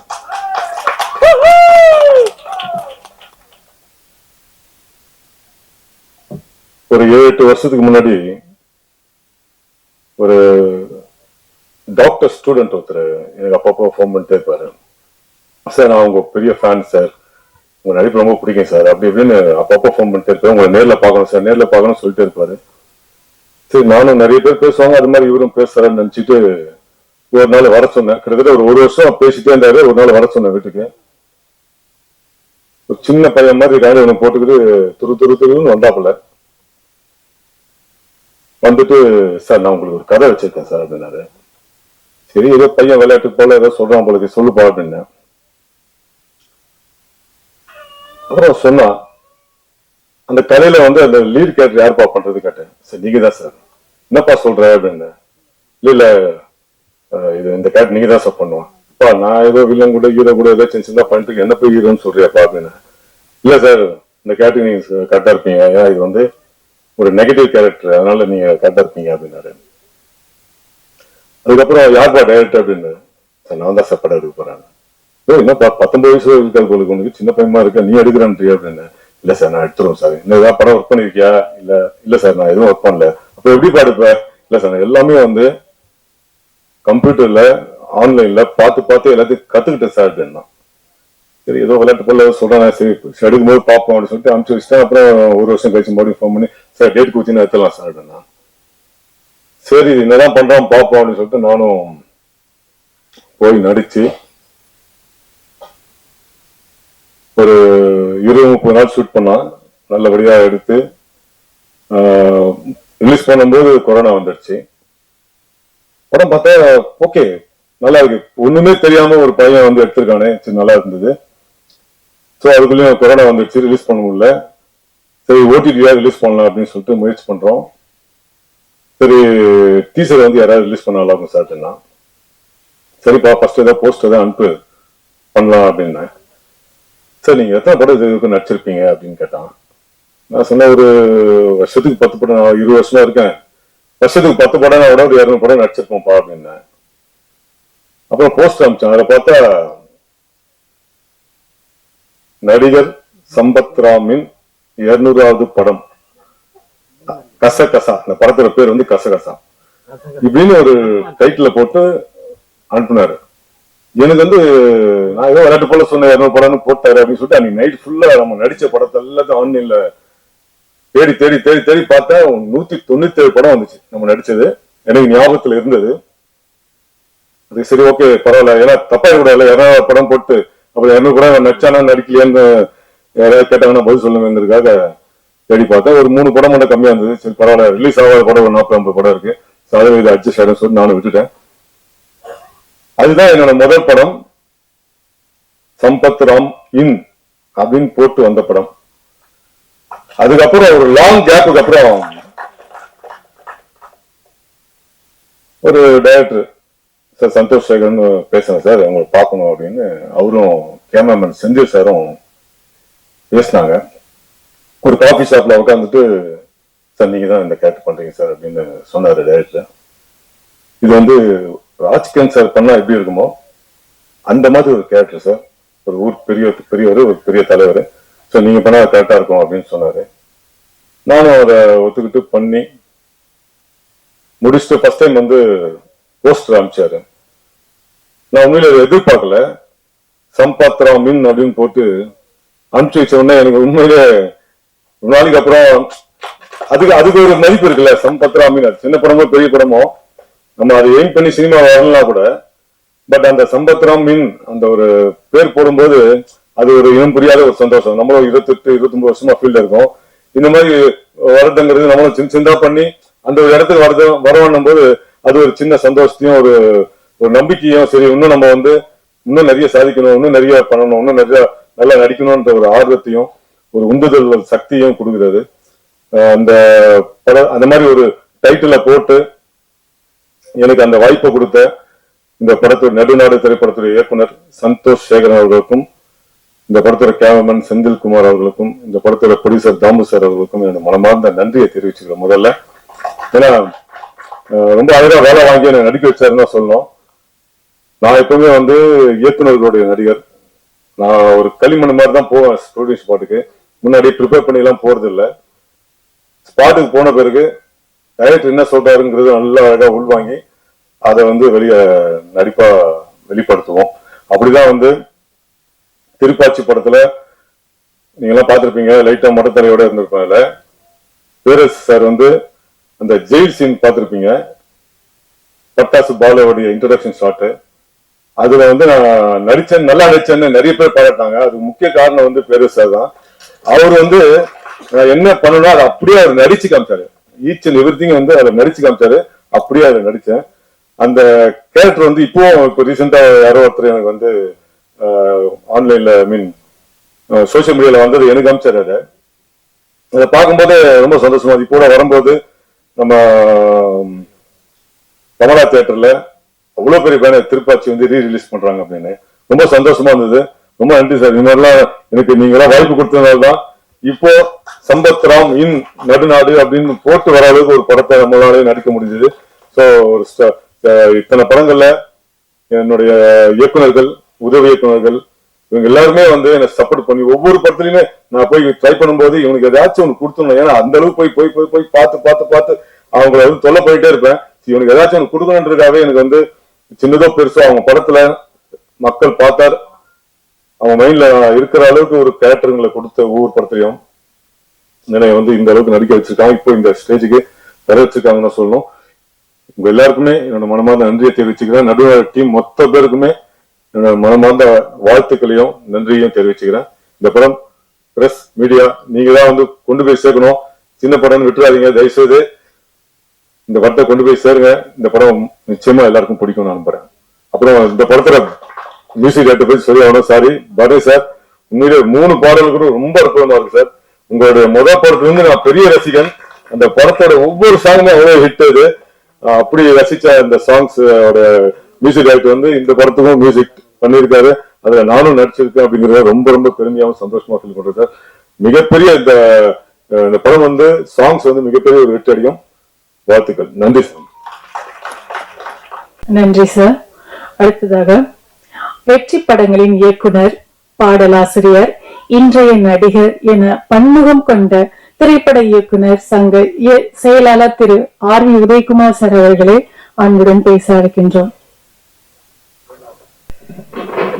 அனைவருக்கும் மாலை வணக்கம். நடுநாடு திரைப்படத்தின் இசை வெளியீட்டு விழா, ட்ரெய்லர் வெளியீட்டு விழா மிக சிறப்பாக நடைபெற்றுக் கொண்டிருக்கும் இந்த அழகான மேடையை அலங்கரித்துக் கொண்டிருக்கும் எனது சக திரையுலக நண்பர்கள் அனைவருக்கும் எனது மனமார்ந்த வணக்கத்தை தெரிவித்துக் கொண்டு, என்ன பேசுறது, ஒரு நல்ல படம் ஓடிட்டு இருக்கேன். இவர் பேசிட்டு இருக்காரு நடுவுல. ஒரு நல்ல ட்ரெய்லரு, மிரட்டலான ட்ரெய்லரு, இந்த காலத்துக்கு ஏற்ற சத்தத்தோடு அழகா பின்னணி கோர்வை இருந்தது. இந்த காலத்து சத்தம், அதுக்கு இந்த சத்தம் கேட்கலன்னா இவனுக்கு மியூசிக் தெரியலன்றவாங்க. கரெக்டா கரெக்டா இசையமைப்பாளர் பரணி அவர்கள் வரும்போதே நான் பார்த்தேன். ஒரு நாளைக்கு முன்னாடி கூட நான் கார்ல டிராவல் பண்ணும்போது அவருடைய பேட்டியை கேட்டுட்டே போனேன். அவருடைய பாட்டெல்லாம் எப்படி எப்படி கம்போஸ் பண்ணாரு. ரொம்ப எளிமையான ஒரு மனிதர், ரொம்ப நிறைவான பாடல்களை கொடுத்தார். உண்மையில் ஒரு நல்ல மெலடி கிரியேட்டர். உண்மையிலுமே துளி துளியாய்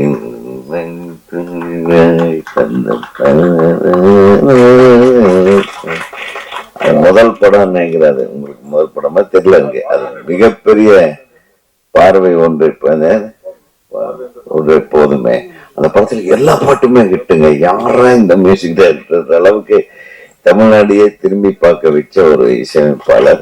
ரொம்ப எளிமை, ரொம்ப சாஃப்ட். அவர் எப்பவுமே ரொம்ப ரொம்ப திறமைசாலி. அவருக்குன்னு ஒரு இறைவன் வந்து சில திரைப்படங்களை இன்னைக்கும் மக்கள் நெஞ்சில நிற்கிற அளவுக்கு அவருடைய இசை. தொடர்ந்து அவர் படம் பண்ணணும். இந்த படத்தை பத்தி கூட அந்த பேட்டியில சொல்லியிருந்தீங்க. அதான் இந்த பார்த்தா நடுநாடுன்னு ஒன்னையே நான் ஓகே அப்படின்னு இந்த படத்தை பத்தி சொல்லியிருந்தாரு அந்த பேட்டியில கூட. பாத்தீங்களா, தயாரிப்பாளர் பாருங்க உங்களுக்கு எவ்வளவு ஹெல்ப் பண்றேன் டைரக்டர் சந்தோஷ் சேகர். அதனால ஒரு கலைஞன் அப்படித்தான், கள்ளங்கப்படம் இல்லாம அது அந்த படம் எப்ப ரிலீஸ் ஆகுது என்ன ஏதுன்னு தெரியாது. அவர் இப்போ நான் ஒரு படம் பண்ணியிருக்கேன் சார், அது ரொம்ப நாள் கழிச்சு கரெக்டா அதை சொல்லிட்டு இருந்தாரு. அதே படம் இசை வெளியீட்டு விழாவுக்கு நான் வந்ததில்லை. அதுவும் அவரு 2 நாள் முன்னாடி நான் வந்து பேட்டியை கேட்டுட்டு 3வது நாள் அவரை பார்க்கறது ரொம்ப சந்தோஷம். மிகச்சிறப்பா இருந்தது. பாடல்கள்லாம் ரொம்ப அழகா நம்ம அந்த கிராமிய பாடியில அழகா இருந்தது. குறிப்பா சொல்லட்டுமா? யார் பாடலாசிரியர்னு சொன்னீங்க? பயங்கரமான ஆளா இருக்கு. பச்சை முந்திரியா எப்படி எடுக்கணும் எனக்கு அது அப்படியே நின்றுச்சு. மத்த எந்த வரியுமே நிக்கல. என்ன வரி? என்ன முந்திரி? அந்த ஒரு பாட்டுக்காகவே படம் ஓடும். கவலையே படாதீங்க. யாரோ பேசும்போது சொன்னாங்க, இன்னைக்கு எங்க அன்பு அவர் போயிட்டாரா, அன்பு செழியன் போயிட்டாரா? அவர் சொன்னார், இந்த காலத்துல இளைஞர்களுக்கு உண்டான சரக்கு இருந்தாதான் முதியவர்களுக்கு இந்த சரக்கு பிடிக்கும். இளைஞர்கள் மட்டும் இல்ல, நம்மளுக்கே பிடிச்சிருக்குன்னா பாருங்களேன். அப்பா பார்த்தாரா? இந்த பாட்டு தனியா இன்னொரு தடவை போட்டு காட்டுங்க. அப்பதான் அவருக்கு உங்களை பத்தி தெரியும். என் பையன் எப்படியெல்லாம் பாட்டு எழுதுவான். நான் எஜமான் இல்லாத மாதிரிதான் ஒரு பாட்டு எழுதுறேன். எனக்கு கொஞ்சம் அந்த சிச்சுவேஷனே அது, இந்த எஜமான் கதாபாத்திரத்தை கொஞ்சம் செக்ஸியா செடியூஸ் பண்ற மாதிரி ஒரு பாட்டுன்னு, இந்த உறக்க கத்துக்குது கோழி, அந்த பாட்டு எழுதும்போது எனக்கு வார்த்தைகள் கொஞ்சம் வர்றதுக்கு மறுத்தது. நம்ம பட் எழுதிட்டேன். கொஞ்சம் விரசம் இருக்கும் அதுல. அந்த கடைசியில பாத்தீங்கன்னா நிறைய பேர் என்ன பண்ணிட்டாங்க,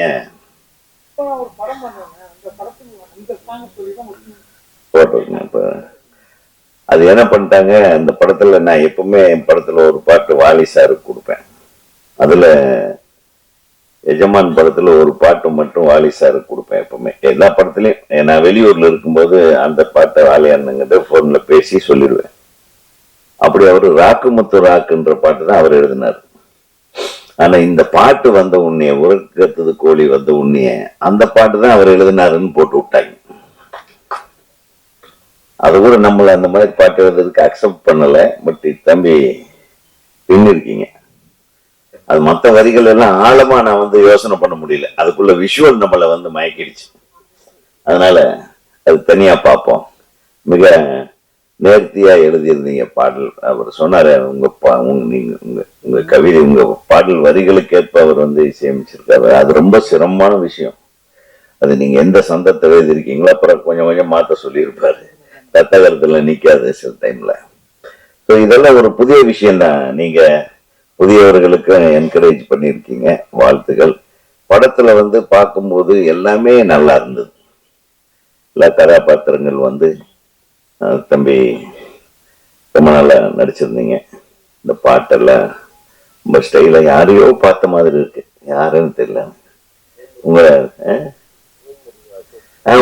முருகா அசோக் மாதிரியே கொஞ்சம் கொஞ்சம் ஸ்டைல். கரெக்டா? முருகா, ஆமா முருகா அசோக் மாதிரி. அசோக் தம்பியோ, அசோக் டபுள் ஆக்ஷனோன்ற மாதிரி ஒரு 2 பேரும் நடிக்கலாம். அந்த மாதிரி டபுள் ஆக்டிங் சினிமா பண்ணலாம். கரெக்டா? நாங்க அப்புறம் ஹீரோயின் கொஞ்சம் ஆங்கிலத்துல ஆரம்பிச்சு கொஞ்சம் கொஞ்சமா தமிழுக்கு ஒரு கடைசியில திரும்பியும் ஆங்கிலத்துல முடிச்ச. நான் எந்த ஸ்கூல்ல படிச்சீங்கன்னு கேட்டேன். அந்த கடைசி வரல அந்த ஸ்கூல் பேரே அது மறந்துருச்சு. வெளியே உட்கார்ந்து இருக்கும்போது கேட்டேன். அப்ப எந்த ஸ்கூல்ல படிச்சேன்னு கூடவா தெரியல. நீ இவ்வளவு அழகா பேசுறியே, இப்போ சொல்லலாம்ல. இன்னும் சொல்ல மாட்டேங்குது பாருங்க. இதான் சிக்கல. பரவாயில்ல, நீ படிச்ச ஸ்கூல மனசுலயே வச்சுக்கோ. ஆனா படத்துல நல்லா நடிச்சிருக்கேன். அந்த லுக்கு இதெல்லாம் நீங்க இன்னும் அவரெல்லாம் சொல்லிதான் கொடுத்துருக்காங்களா? நான் சொல்லாமே உனக்கு எல்லாமே பேச தெரியுது இல்ல? எவ்வளவு அழகா நல்லா நல்லா நடிச்சிருக்கீங்க. நல்ல உங்களுக்கு நிறைய வாய்ப்புகள் வர வாழ்த்துகள். உங்களுக்கு ஹீரோவுக்கு அந்த தம்பி இன்னொரு ஹீரோ ஒரு சிறப்பா அழகா பேசுனீங்க தம்பி நீங்க. அப்புறம் எங்க எடிட்டர், நம்ம எடிட்டர் எங்கதான் நீ ஆளை காணோம். ரொம்ப பிரமாதமா பண்ணியிருந்தான். எடிட்டிங் இஸ் நம்பர் 1 இந்த படத்துல. எடிட்டிங் அவ்வளவு அழகா நேர்த்தியான கட்டிங். அந்த கத்தியை முதல்ல ஒரு பையன் பின்னாடி வைக்கிறது வச்சுட்டு கடைசி ஷாட்ல அந்த கத்தியில பின்னாடி குத்துறம் பாரு. இதுல முதுகுல குத்துறவனுங்க பத்தியான கதை போடுறதுக்கு. அவரு சொன்னாரு வேற பாஸ்கர் கிட்டத்தட்ட ஒரு 22 வருஷமா நம்மளுக்கு தெரியும். நான் டிஎஃப்டின்னு தெரியும். ஒரு நாள் கூட என்கிட்ட வந்து படம் எடுக்க சொல்லி கேட்டதில்ல. எவ்வளவு பொய்யே சொல்றாப்புல பாத்தீங்க. பொதுவாகவே மக்கள் தொலைக்காட்சிங்கிறது ஒரு நேர்மையான தமிழ் தொலைக்காட்சியின் பேரு. அதுல இப்படி அபத்தமா பொய்ய சொல்லி நானும் அரவிந்தராஜ் இருக்கிறோம். 22 வருஷமா நம்மளுக்கு தெரியும். டிஎஃப்டிகள் எல்லாம் கொடுத்தாங்களா 100 படம் எடுக்கிறதுக்கு இல்ல ஆளுக்கு ஒவ்வொரு கோடி எங்கய்யா கொடுத்தீங்க? இப்படி எல்லாம் பொய் சொல்லலாமா? தப்பு. நீங்க தங்கர் பச்சான் ஒருத்தரை தவிர யாரையுமே டைரக்டா ஏத்துக்கலன்றதுதான் உண்மை. நீங்க எல்லாம் ஒரு சமுதாயத்தை சேர்ந்தவங்களுக்கு மட்டும்தான் என்கரேஜ் பண்ணுவீங்க சார். அடுத்த உண்மை அதுதானே. உங்களுக்கு ஜாதி கட்சி ஆச்சு, கரெக்டா? கை தட்டுங்க. இங்க வந்து தப்பா போய் டிஎஃப்டி குறை சொல்றீங்க. டிஎஃப்டின்றது என்ன சார்? திரைப்பட கல்லூரியில திரைப்படம் எடுப்பது எப்படி என்று சொல்லிக் கொடுக்கக்கூடிய ஒரு கல்லூரி. அந்த கல்லூரியில படிச்சவங்களுக்கு திரைப்படம் எடுக்கதான் தெரியும். திருட்டுத்தனம் முன்னெல்லாம் தெரியாது. இல்ல தெளிவா என்னை புண்படுத்துவது போல இருந்ததுனால நான் சொல்கிறேன். நீங்கள் மட்டும் தமிழில் நீங்கள் சொல்வீர்கள், நாங்கள் கேட்டு கைத்தட்ட வேண்டும். நாங்கள் பேசும்போது நீங்கள் ஏன் அதை ஏற்றுக்கொள்ள கூடாது? மக்கள் தொலைக்காட்சி ஸ்டைல்லே பேசுறேன். எனக்கு பார்க்க ரொம்ப க்ளோஸ் ஃப்ரெண்ட் எனக்கு அவரு. நான் அவருடைய வாய்ஸும் அவருடைய பேச்சு திறனும் நம்ம ரொம்ப he knows me and I know him. அதுக்காக தான் அந்த உரிமையோடு தான் பேசுறேன். நீங்க இப்ப கூட ஒரு 10 கோடி கொடுங்க, நானும் அரவிந்தராஜும் வந்து உங்களுக்கு எவ்வளவு சின்சியரா படம் எடுத்து தரோன்னு பாருங்க. ஒத்துக்கிறாரான்னு கேளுங்க. சரியா? ஏதோ எலெக்ஷன்ல 40 லட்சம் கணக்கு காட்டிட்டு கணக்கு காட்டாம ஏதோ போச்சுன்ற மாதிரி சொன்னீங்க இல்லையா? அந்த போன மாதிரி கூட வச்சுக்கலாம். ஏன்னா சம்பத் ராஜா வந்து அதுலயும் வந்து மெயின் கேரக்டர். சம்பத் ராம் தான் அதுலயும் main character. Sampath Ram main அப்படின்னு போடுவோம். நான் ரெடி. பேரரசு தான் சாட்சி. உனக்கு ஒரு படம் உண்டு இல்ல? உனக்கு ஒரு படம் உண்டு. அப்படிதான் சொல்றாரு. டிஎஃப்டின்னு ஒரே ஒருத்தர் வச்சுதான் படம் எடுத்தாங்க. என்ன மீதி படத்தை எனக்கு காட்டி ஆகணும். எத்தனை பேருக்கு நீங்க அட்வான்ஸ் கொடுத்தீங்க? ஆமா, அந்த லிஸ்ட் அனுப்புங்க எனக்கு. நாளைக்கு நீங்க அனுப்புறீங்க, இல்லைன்னு இன்னொரு தொலைக்காட்சியில் நான் பேசுவேன். நான் ரொம்ப மோசமான ஆளுங்க. உண்மையை உரத்த கத்துவேன் உங்கள் தொலைக்காட்சியை விட. தட்டுங்கப்பா. எப்படி? திருமலைக்கு என்ன பத்தி தெரியும், அவனை பத்தி எனக்கு, அவரை பத்தி எனக்கு தெரியும். நாங்க சினிமாவில நாங்கள் ஒரு குடும்பங்க. நாங்க என்ன சொல்றோம், மக்கள் தொலைக்காட்சியில இந்த மாதிரி ஒரு முயற்சி எடுத்தீங்கன்றது சொல்லுங்க, சந்தோஷம். இந்த மாதிரி ஏமாத்திட்டாங்கன்னு சொல்லாதீங்க. அதாவது நான் இப்பவும் சொல்றேன், சினிமா இல்ல இப்பவும் சொல்றேன், இந்த அன்பு செல்வன் கூட சொன்னது கூட தப்பு.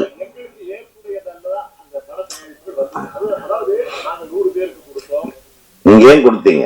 நீங்க கொடுக்கறதுக்கு முன்னாடி இவன் இதை செஞ்சா திருப்தியா செய்வானு ஆராய்ச்சி பண்ணி அல்லவா கொடுக்கணும். அது யார் தப்பு? அதான் சொல்ல வரேன் நான்.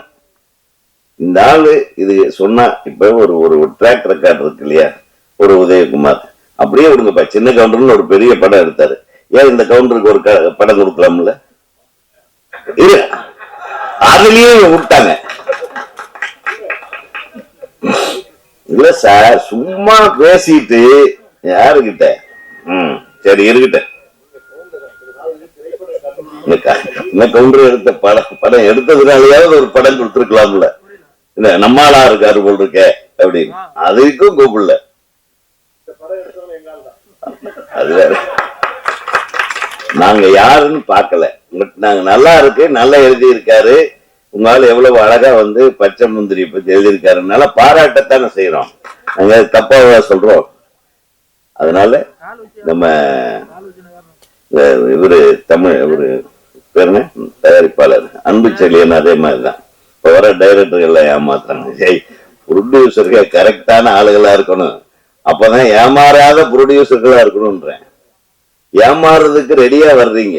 எங்கேயோ உங்களுக்கு ஒரு வீக்னஸ் வச்சுக்கிட்டு இங்க வந்து சினிமாங்கிற போர்வையில இங்க வந்து படம் எடுக்கிறவனையும் சேர்த்து கெடுத்து அந்த மாதிரி எத்தனை தயாரிப்பாளர் வர்றீங்க? உண்மை பாரு, ஒரு இசையமைப்பாளர் தப்பு பண்ண முடியாது, ஒரு டைரக்டர் தப்பு பண்ண முடியாது. டைரக்டர் தப்பு பண்ண சார், நல்ல டைரக்டர் நான் சொல்றேன், நீ சூஸ் பண்ணணுங்க, நீங்க சூஸ் பண்ணணும். நீங்க இந்த டைரக்டர் இது பண்ணா கரெக்டா பண்ணுவாருன்றது அந்த தெளிவு இல்லைன்னா நீங்க எதுக்கு படம் எடுக்கிறீங்க? சரியா எடுக்காத ஒருத்தனை வச்சு நீங்க படம் எடுத்துட்டு அப்புறம் அவன் தப்புன்னு சொல்லக்கூடாதுன்னு சொல்ல வர. முதல்ல தெரிஞ்சு கரெக்டா பண்ணுவானா அப்படின்றது ஆராய்ச்சி பண்ணி கொடுங்க. அதனால நான் ரெடியா இருக்கேன். பாஸ்கர் ஆளை விடுங்கன்றீங்களா? இல்ல, உதாரணத்துக்கு சொல்றேன். பொதுவா பொசுக்குன்னு எல்லாத்தையும் தப்புன்னு சொல்றது நாகரிகம் இல்லை இல்லையா? எனக்கு மனசு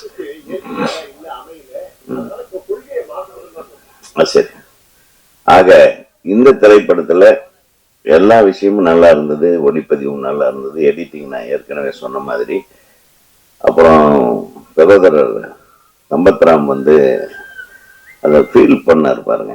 அந்த நான் 200 படங்கள் நான் ஒவ்வொரு காட்சியில் 2 காட்சியில் அப்படித்தான் நடிப்பு. நமக்கு ஒரு அடையாளம் இல்லாம நம்ம திரையுலகத்துக்கு வரும்போது நம்ம பட்ட அவமானங்களும் கஷ்டங்களும் மட்டும்தான் நமக்கு ஒரு அஸ்திவாரமே தவிர, இப்ப எனக்கு மட்டும் நான் வெறும் 300 ரூபாயோட நான் கோயம்புத்தூர்ல இருந்து கிளம்பி வந்தேன். ஏதோ எங்களுக்கு குடும்பமோ ஒரு சினிமாவோ எனக்கு சப்போர்ட்டிவா யாருமே கிடையாது. எனக்கு ஒரே சப்போர்ட் அவர் சொல்றாரு இந்த டிஎஃப்டி தான். அந்த டிஎஃப்டி படிச்சதுனால மட்டும்தான் நான் ஒரு இயக்குனராக முடிஞ்சது. அதனாலதான் நான் அவர் மேல ஒரு சின்ன ஒரு இதுல பேசினேன். அதர்வைஸ் அவருக்கு இஸ் மை க்ளோஸ் ஃப்ரெண்ட். அதே மாதிரி சம்பத், நான் எப்ப பார்த்தாலும் அந்த பணிவும் அன்பும், என் படத்துல அவர் நடிச்சதும் கிடையாது. நடிச்சிருக்கீங்களா? அது வேற விஷயம். என் படத்துல அவர் நடிச்சது இல்லை. மேபி நான் படம் பண்ற டைம் அவர் என்டர் ஆகலன்னு நினைக்கிறேன். பட் எப்ப பார்த்தாலும் அந்த அன்பும் மரியாதையும் இயக்குனர்கள் மீது அவர் வைத்திருக்கூடிய அதுதான் உங்களை காப்பாற்றும். நிச்சயமா காப்பாற்றும். நீங்க இன்னும் மேலும் மேல நீங்க முன்னேறுவீங்க. உங்களுடைய நீங்க இந்த படத்துல ஒரு டிஃபரெண்டா இருக்கு. டிஃபரெண்ட் சம்பத்ராமனை நம்ம பார்க்க முடிஞ்சது. நீங்க சொன்னீங்களே, எனக்கு அவரு நம்ம ராஜ்கிரண் சார் பேரை சொல்லணும் நானே சொல்லணும்னு இருந்தேன். அந்த ஸ்டைல் ஆஃப் இது இருக்கு. ரொம்ப நல்லா இருந்தது, ரொம்ப நல்லா இருக்கு. வெரி குட், ஆல் தி பெஸ்ட்டுங்க. உங்களுக்கு மிகப்பெரிய வெற்றி படமா இது அமையட்டும். அப்புறம் ஒரு இயக்குனரையும் இந்த யூனிட்டையும் நம்பி வந்திருக்கிற ஒரு தயாரிப்பாளர் இருக்காங்க பாருங்க. 1000 இருந்தாலும் உங்க பணத்தை முதலீடு செஞ்சிருக்காங்க. அவங்க போட்ட பணத்தை திருப்பி எடுக்கிற அளவுக்கு ஒரு திரைப்படத்தை இயக்கி இருக்கிற இயக்குனருக்கு எனது மனமார்ந்த வாழ்த்துக்கள். ஏன்னா நீ ஏமாத்தல, உன் தொழில கரெக்டா பண்ணிருக்கீங்க. ஒட்டு மொத்தமாவே இது ஒரு மிகச்சிறந்த படமாக இருக்கிறது. இந்த படம் மாபெரும் வெற்றி படமாக அமைய வேண்டும் என்று எல்லாம் வல்ல இறைவனை வேண்டிக் கொண்டு, அப்புறம் இதை கொண்டு போய் அவங்க சேர்த்துருவாங்க. படம் நல்லா இருந்ததுன்னா கண்டிப்பா முதல்ல கொண்டு போய் சேர்க்கிறது. அதான் இங்கதான் நான் முதலே பார்த்துட்டேன். எடிட்டர் தான் நான் வந்த உடனே எனக்கு டீ கொண்டாந்து கொடுத்தாரு. அதுக்காக நான் பேசல, படம் பார்த்து மேல வா. ஏன் நீ கீழே நிக்கிறேன்? எடிட்டர் சங்க தலைவர் வேற வந்திருக்கிறார், என் அன்பு தம்பி. வா, இவரு நல்ல கை தட்டுங்க. இந்த திரைப்படத்தை சிறப்பாக கொண்டு போய் சேர்க்கும் பணியில் நிச்சயமாக நமது ஊடக நண்பர்களும் பத்திரிகை நண்பர்களும் அனைவரும் இருப்பார்கள். படம் சிறப்பாக இருக்கும் பட்சத்தில் நீங்க கேட்க வேண்டியதெல்லாம் அவங்க நல்லா எழுதிடுவாங்க என்று அவர்கள் சார்பாக உங்களை வாழ்த்தி நான் விடைபெறுகிறேன். நன்றி. கோச்சிக்காதீங்க. அந்த டிஎஃப்டி 100 பேரை தமிழ் திரைப்பட கல்லூரியிலிருந்து வாங்கிட்டு அங்க பேராசிரியர்கள் எல்லாம் வச்சு பட்டியல் போட்டு அவங்கள உட்கார வச்சு கூட்டம் நடத்தி அவங்களுக்கு பணத்தை பட்டுவாடா பண்ணி படம் எடுக்கப்பட்டு அதுக்கப்புறம் நாங்கள் கொள்கையை மாற்றிக்கொண்டோமே தவிர டிஎஃப்டி மீது அளவு கடந்த நம்பிக்கை வைத்துத்தான் நாங்கள் செய்தோம். அவர்களும் செய்தார்கள். ஆனால் நாங்கள் கொள்கை ரீதியாக அதை திரையிட விரும்பாத காரணத்தால் அப்படியே நின்று போச்சு தவிர அவர் தகுதி திறமை வாய்ந்தவர்கள் நிறைய பேருக்கு நாங்க ஜாதி ரீதியாக கொடுத்தோம்னு சொல்றாரு. நம்ம மக்கள் தொலைக்காட்சியை பொறுத்தவரையில் இதுவரையில் பணியாற்றி கொண்டிருக்கிறார்கள் 500 பேர் பணியாற்றி கொண்டிருக்கிறார்கள் என்று சொன்னால் 490 பேர் பிற சமுதாயத்தை சேர்ந்தவர்கள் என்பதை நான் குறிப்பிட்டுக் கொள்கிறேன். இயக்குனர்கள், ப்ரொடியூசர் எல்லாருமே சொல்லுகிறேன். ஏன்னா அதை தயவு செய்து மறுபடியும் பதிவு பண்றேன். அவன் எங்க ஆளுகளுக்கு மட்டும் தான் படம் வாய்ப்புகளை கொடுக்கிறோம் அல்லது அதுல இடம்பெற வைக்கிறோம்ன்றதுலாம் இல்ல. 499 பேர் கூட சொல்லலாம், 1-2 பேரை தவிர மீதி எல்லோருக்குமே, அனைத்து பிரிவினருக்கும் அனைத்து சமூகத்திற்கும் கொடுக்கும். அது குறிப்பா பட்டியல் இனத்தை சேர்ந்தவர்கள் 40 விழுக்காடு அதில் இடம் பெற்றிருக்கிறார்கள் என்பதை நான் குறிப்பிட்டதற்கு நன்றி. நன்றி சார். அடுத்ததாக திரைப்பட இயக்குனர் தயாரிப்பாளர் திரு திருமலை அவர்களை பேச அன்புடன் அழைக்கின்றோம்.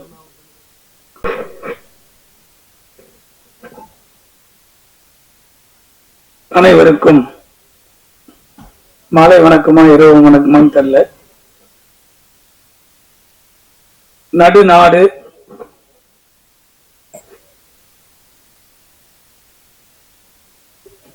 இன்னைக்கு இந்த படத்தினுடைய விழா நடப்பதற்கு தயாரிப்பாளர் இல்லைன்னா நம்ம யாருமே இந்த ஸ்டேஜ்ல இல்லை, நம்ம யாருமே இல்லை. நான் டிஎஃப்டி படிக்கல, டிஎஃப்டி இல்லாமயே நான் டைரக்டர் ஆயிட்டேன். நான் டைரக்டர் ஆகிறதுக்கு காரணம் ஒரு தயாரிப்பாளர். ஒரு தயாரிப்பாளர் இல்லைன்னா யாருமே இல்லை இண்டஸ்ட்ரியில. எல்லாருக்கிட்டுமே அறிவு இருக்கு, அறிவில்லாத ஜீவன் யாருமே இல்லை, எல்லாருக்கும் அறிவு இருக்கு. ஆனால் நான் சினிமாவில் வரும்போது டிஎஃப்டி படிச்சுட்டும் இல்லை, 2 டிகிரி படிச்சுட்டு வந்து நம்மளுடைய கனவுகளை, நம்ம வச்சிருக்கிற படைப்புகளை ஒரு தயாரிப்பாளர் மூலம் மட்டுமே நம்ம வந்து இயக்குனராக வெளியே வந்திருக்கோம். அதனால தயாரிப்பாளர் இனம் இல்லை என்று சொன்னால் இங்க இருக்கிற யாருமே இல்லை என்பதை நான் தொடர்ந்து ஆணித்தல் பதிவு செய்யறேன். காரணம், நான் அளவு கடந்த அன்பு வச்சிருக்கிறேன் அண்ணன் உதயகுமார் அவர்கள் மேல. இயக்குனர் மட்டும் இல்ல, அவருடைய படைப்புகள்லாம் வந்து நாங்க பார்த்து வளர்ந்து அதுல இருந்து நிறைய கருத்துக்கள்லாம் வந்து உள்வாங்கி அந்த இனத்திலிருந்து நாங்கள் வந்திருக்கிறோம். அதுல வந்து அவர் சொன்ன விஷயத்த வந்து ரொம்ப ஊண்டிங்க வந்து, அதனாலதான் முதல்ல அதை ஆரம்பிச்சுட்டேன். எந்த தயாரிப்பாளரும் எதற்காகவும் வரல, ஒருவரை உருவாக்குவதற்காக தான் ஒரு தயாரிப்பாளர் வர்றார். எந்த தயாரிப்பாளரும் சினிமாவிலிருந்து உருவாக்கப்படுவதல்ல, தயாரிப்பாளர் தான் நாம் அனைவரையும் உருவாக்கி இன்னைக்கு வந்து நிக்கிறோம் உச்சத்துல. ஒரு இயக்குனர் 25 கோடி 50 கோடி சம்பளம் வாங்குறாங்கன்னா அவங்க போட்ட விதை தான் நம்ம. அப்படிதான் நானும் ஒரு 50 லட்சம் சம்பளம் வாங்கினேன். எனக்கு அதுக்கப்புறம் கடவுள் கொடுத்த கிஃப்ட் தயாரிப்பாளர் என்ற ஒரு இனம், அதிலிருந்து நான் மீண்டு வந்திருக்கேன். இதை எதுக்கு சொல்றேன்னா, இந்த விழா நடுநாடு ஒரு தயாரிப்பாளர் மிக அருமையாக சாங்கு எழுதியிருந்தாரு. அதையெல்லாம் கடந்து இந்த இயக்குனர் இன்னைக்கு வெளியே வந்து ஒரு படத்தை எடுத்து அடுத்த ரிலீஸுக்கு வந்து நிக்குதுன்னா அவர் காலம் ஃபுல்லா மறக்கக்கூடாத ஒரே ஒரு இனம் தமிழ் சினிமாவில் தயாரிப்பாளர். நான் இப்ப நிக்கிறேன்னா நான் படம் பண்ண எல்லா தயாரிப்பாளரும் என்னோட தொடர்புல இருக்கும். காரணம், இந்த சினிமா ஒவ்வொருத்தருக்கும் சோறு போடுது ஏதோ ரூபத்துல. அந்த நன்றி மட்டும் இருந்தால் நாம் எப்பொழுதுமே அழியாத உச்சத்தில் இருப்போம் என்பதை தொடர்ந்து பதிவு செய்கிற காரணம், இந்த படத்தை சாங்கு நான் வந்த வெளியில இருந்து பார்த்தேன். நம்ம சாய் சுடு நினைட்டு இருக்கும்போது நீங்க தான் டிஐ பண்ணீங்களான்னு கேட்டேன். ஏன்னா அவ்வளவு பளிச்சுன்னு இருந்த சாங் பார்க்கும்போது ரொம்ப விஷுவலா ஏதோ பட்ஜெட்ல எடுத்திருப்பாங்கன்னு பார்த்தேன். அந்த ஃபைட்டு, அந்த ட்ரைலர் காமிக்கும் போது, அந்த சாங்ல வர விஷுவல்லாம் பார்க்கும்போது ஒரு பெரிய பட்ஜெட்ல இந்த படத்தை தயாரிச்சிருக்காங்களே புது ஆர்டிஸ்ட வச்சு அப்படின்ற உள்ளுக்குள்ள ஒரு இறுக்கங்கள் எனக்குள்ளேயே இருந்துட்டே இருந்து. ஏன்னா பல கோடி, சாதாரணமா அதுல 1 கோடி போடாம இந்த படம் நம்ம இன்னைக்கு பார்த்திருக்க முடியாது சாங்க.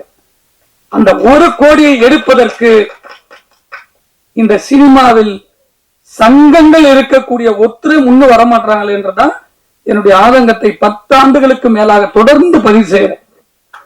இந்த ஸ்டேஜ்ல வந்து சிறுபட தயாரிப்பாளர் போயிட்டாரு. எப்படின்னா அவரு தான் அதிகமா பேசுவாரு. அதுல பேசணும் சொல்லிட்டே இருந்தேன் என் பக்கத்துல இருந்து. ஆனா அவர் சீக்கிரமா போயிட்டாரு. இந்த கருத்தை, இந்த சின்ன படத்தை கொண்டு போய் ஒரு 50 தியேட்டர்ல 100 தியேட்டர்ல கொண்டு போய் சேர்க்கறதுக்கு எவ்வளவு போராட்டம் இருக்குதுன்னு படங்களை தொடர்ந்து சினிமால இருக்கிற ஒரு சிலருக்கு மட்டும்தான் தெரியும். இங்க உட்கார்ந்துட்டு இருக்கிற தம்பி பிஆர் வந்த படத்துக்கு சின்ன படங்கள், சின்ன படத்துக்கெல்லாம் இந்த ஸ்டேஜில் இருக்கிற ஜாம்பவான்களை, சினிமாவில் இருக்கிற படங்கள் இருக்கிறவங்க எல்லாம் கொண்டு வந்து ஒரு ஸ்டேஜில் ஆர்கனைஸ் பண்ணி கூட்டு வந்து உட்கார வச்சு இந்த படத்தை பத்தி வெளியே கொண்டு வந்து சேர்க்கறதுக்கே அவ்வளவு போராட்டம் இருக்கு. அந்த போராட்டங்கள் வந்து எங்க கிடைக்குது? இப்படிப்பட்ட ஏதோ ரூபத்துல ஒரு கலைஞன் சினிமால இருக்கிறதோடு தான் இதுக்காகவே வாழ்ந்துகிட்டதுனால இவ்வளவு பேர் நம்ம எல்லாம் ஒன்னா சேரோம், இந்த படத்தை கொண்டு போய் சேர்க்கிறோம். வெற்றி தோல்வி ரெண்டாவது, அது வெற்றியான்னு சொல்றதுக்கே இங்க வந்து கூட்டம் போட்டு அதை சரி பண்றதுக்கு பல போராட்டங்கள் இருக்கு. தயாரிப்பாளர் அது பேசிட்டே இருக்கும்போது இந்த சாங் பத்தி பேசினாரு உதயகுமார் அண்ணன். அவங்க அப்பா சொன்னாரு, இதுக்கு எவ்வளவு கஷ்டம்ன்றது அப்படின்ற ஒரு வார்த்தை என் காதில் ஒலிச்சுது. ஏன் சொல்றேன்னா, ஒவ்வொரு பணங்களும் இந்த சினிமால போட்டு தவிக்கிற தவிப்பு இருக்குல்ல, அந்த வெற்றிக்காக தான். ஒவ்வொரு தயாரிப்பாளரும் அந்த வெற்றிக்காக தான் கஷ்டப்படுறோம். ஆனா அந்த வெற்றியை எப்படி கொண்டு போய் சேர்க்கிறது, அதுக்கு யாருமே முன் வரலையன்ற வருத்தங்கள் தொடர்ந்து பதிவு பண்றோம். அதே போல பாஸ்கர் சார் போனாரு, அவர் அந்த ஸ்டேஜ்ல ரொம்ப நாளைக்கு அப்புறம் நான் கூப்பிட்டேன், வேணும்னே தான் கூப்பிட்டேன். ஒரு தொலைக்காட்சி நடத்துறீங்க, சினிமால சரி பண்ண வேண்டியது இப்ப தொலைக்காட்சி தான். இந்த 10 வருஷமா எந்த டிவியுமே ஒரு படம் கூட சேட்டலைட் வாங்க மாட்டாங்க. வேந்தர் டிவி இருக்கு, கலைஞர் டிவி இருக்கு, ஜெயா டிவி இருக்கு, பாலிமர் இருக்கு, சன் டிவி இருக்கு. தமிழ்நாட்டுல நிறைய டிவி இருக்கு, தமிழ்நாட்டுல நடத்துற டிவி. இதுல ஜி டிவி, விஜய் டிவி எல்லாம் கொண்டு வரல, ஏன்னா அவங்க ஒரு செக்டர். அதுல ஜெயா டிவி வந்து பாத்தீங்கன்னா ரூலிங்ல இருக்கும்போது 150 படம் 200 படம் சிறு படத்தை வாழ வச்சாங்க. அதுக்கப்புறம் கலைஞர் டிவி கொஞ்சம் கொடுத்து வாங்கி வாழ வச்சாங்க. ஆனா லாஸ்டா ஒரு 4 வருஷத்துல அவங்க சின்ன படம் எதுவுமே வாங்கல. அப்படி ஒரு டிவிக்கு ஒரு 100 படத்தை இந்த வருஷத்துல 250 படம் ரிலீஸ் ஆகுதா, நடுநாடு உட்பட, இந்த 250 படத்தினுடைய டிவி ரைட்ஸுமே ஒரே டிவி வச்சுன்னு வச்சுங்க, மற்ற டிவி எல்லாம் காணாம போயிடும். இப்படிதான் பெரிய படங்கள் கையில வச்சுக்கிட்டு சின்ன படத்தை சாகடிக்கிற திரையரங்குல இருந்து, விநியோகத்துல இருந்து, பெரிய மீடியாவில் இருக்கிற இனங்கள் எல்லாம் இத்தனை பர்சன்டேஜ் காலி ஆயிட்டே இருக்கு. அதுக்கு எங்க நிக்கிறோம் நம்ம? ஒரே கோட்ல எல்லா படத்துக்கும் உரிமையை கொண்டு போய் சேர்க்கக்கூடிய ஒரு மீடியா நம்ம கிட்ட தொடர்ந்து இல்லை. அதனால எந்த படமே விற்பனை இல்லாம நம்ம ரொம்ப கஷ்டப்பட்டு இருக்கோம். அதற்காக தான் அவர்கிட்ட மக்கள் தொலைக்காட்சி வந்தால் இப்படி ஒரு ஐடியா. அதுல அண்ணன் உதயகுமார் அவர் தப்பா புரிஞ்சுக்கிட்டாரு. அது ஜாதிக்கான அடையாளம் கிடையாது, அது வந்து தமிழுக்கான அடையாளம். அந்த டிவி நிறைய சின்ன சின்ன விஷயங்கள்லாம் அதுல பண்ணாங்க, சக்சஸ் ஆகல. ஒரு நாளை இயக்குனர்கள் வந்து டிஎஃப்டில இருந்து வந்து நாளை இயக்குனர்கள் வரல, கலைஞர் டிவி ஆரம்பிக்க உடனே நாளை இயக்குனர் கொண்டு வந்தாங்க. யாருக்கிட்டுமே ஒர்க் பண்ணல. அவங்க பெரிய விஷயமாவே பெரிய பெரிய இயக்குனர் ஆயவங்களா இருக்காங்க. அப்படி சினிமாவில் எங்கிருந்து ஒரு பெரிய இயக்குனர் உருவாவாரு, எந்த இடத்துல ஒரு கேமராமேன் உருவாவாங்க, பெரிய நடிகர் நடிகைகள் உருவாங்கன்னு யாருக்குமே தெரியாது. அதை வெற்றியை வந்து முன்னாடி நம்ம ஈஸியா கொண்டாடணும், இப்ப கொண்டாடுறதுக்கு ரொம்ப கஷ்டமா இருக்கு. வெற்றி அடைகிற ஒரு படத்தை பத்தி தான் நம்ம சினிமா பேசிக்கிட்டே இருக்கோம்.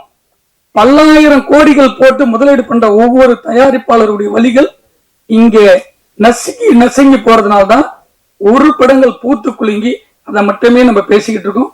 வருங்காலத்தில் இதையெல்லாம் மாற்றி படம் எடுக்கிற எல்லா தயாரிப்பாளர்களுக்கும் பாதுகாப்பும், படத்தை வெளியே கொண்டு வருவதற்கு பாதுகாப்பும் உருவாக்க வேண்டும் என்பதுதான் நோக்கமாக என்னுடைய கருத்தாக நான் தொடர்ந்து பதிவு செஞ்சிருக்கேன்.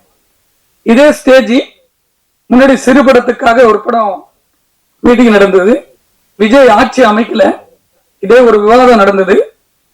விஜய் அவர்களுடைய ஜனநாயகம் நாளைக்கு ரிலீஸ் ஆகும் போது அந்த ரிலீஸுக்கு பேசின கைத்தட்டல் வந்தது சம்பத் அவர்கள் பேசும்போது. அதே படத்தை தடுக்கும் போது எந்த இண்டஸ்ட்ரியில் இருந்தும் ஒரு ஆட்கள் ஒரு 100 பேர் சேர்ந்து இது தவறுன்னு ஒன்னா சேர்ந்து மீட்டிங் போறதுக்கு பல முறை வலியுறுத்தின யாரும் வரல.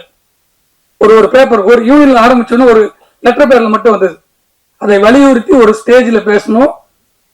அந்த விஷயம் 2 லட்சம் பேர் ஒரே ஒரு செகண்ட்ல பார்த்தாங்க.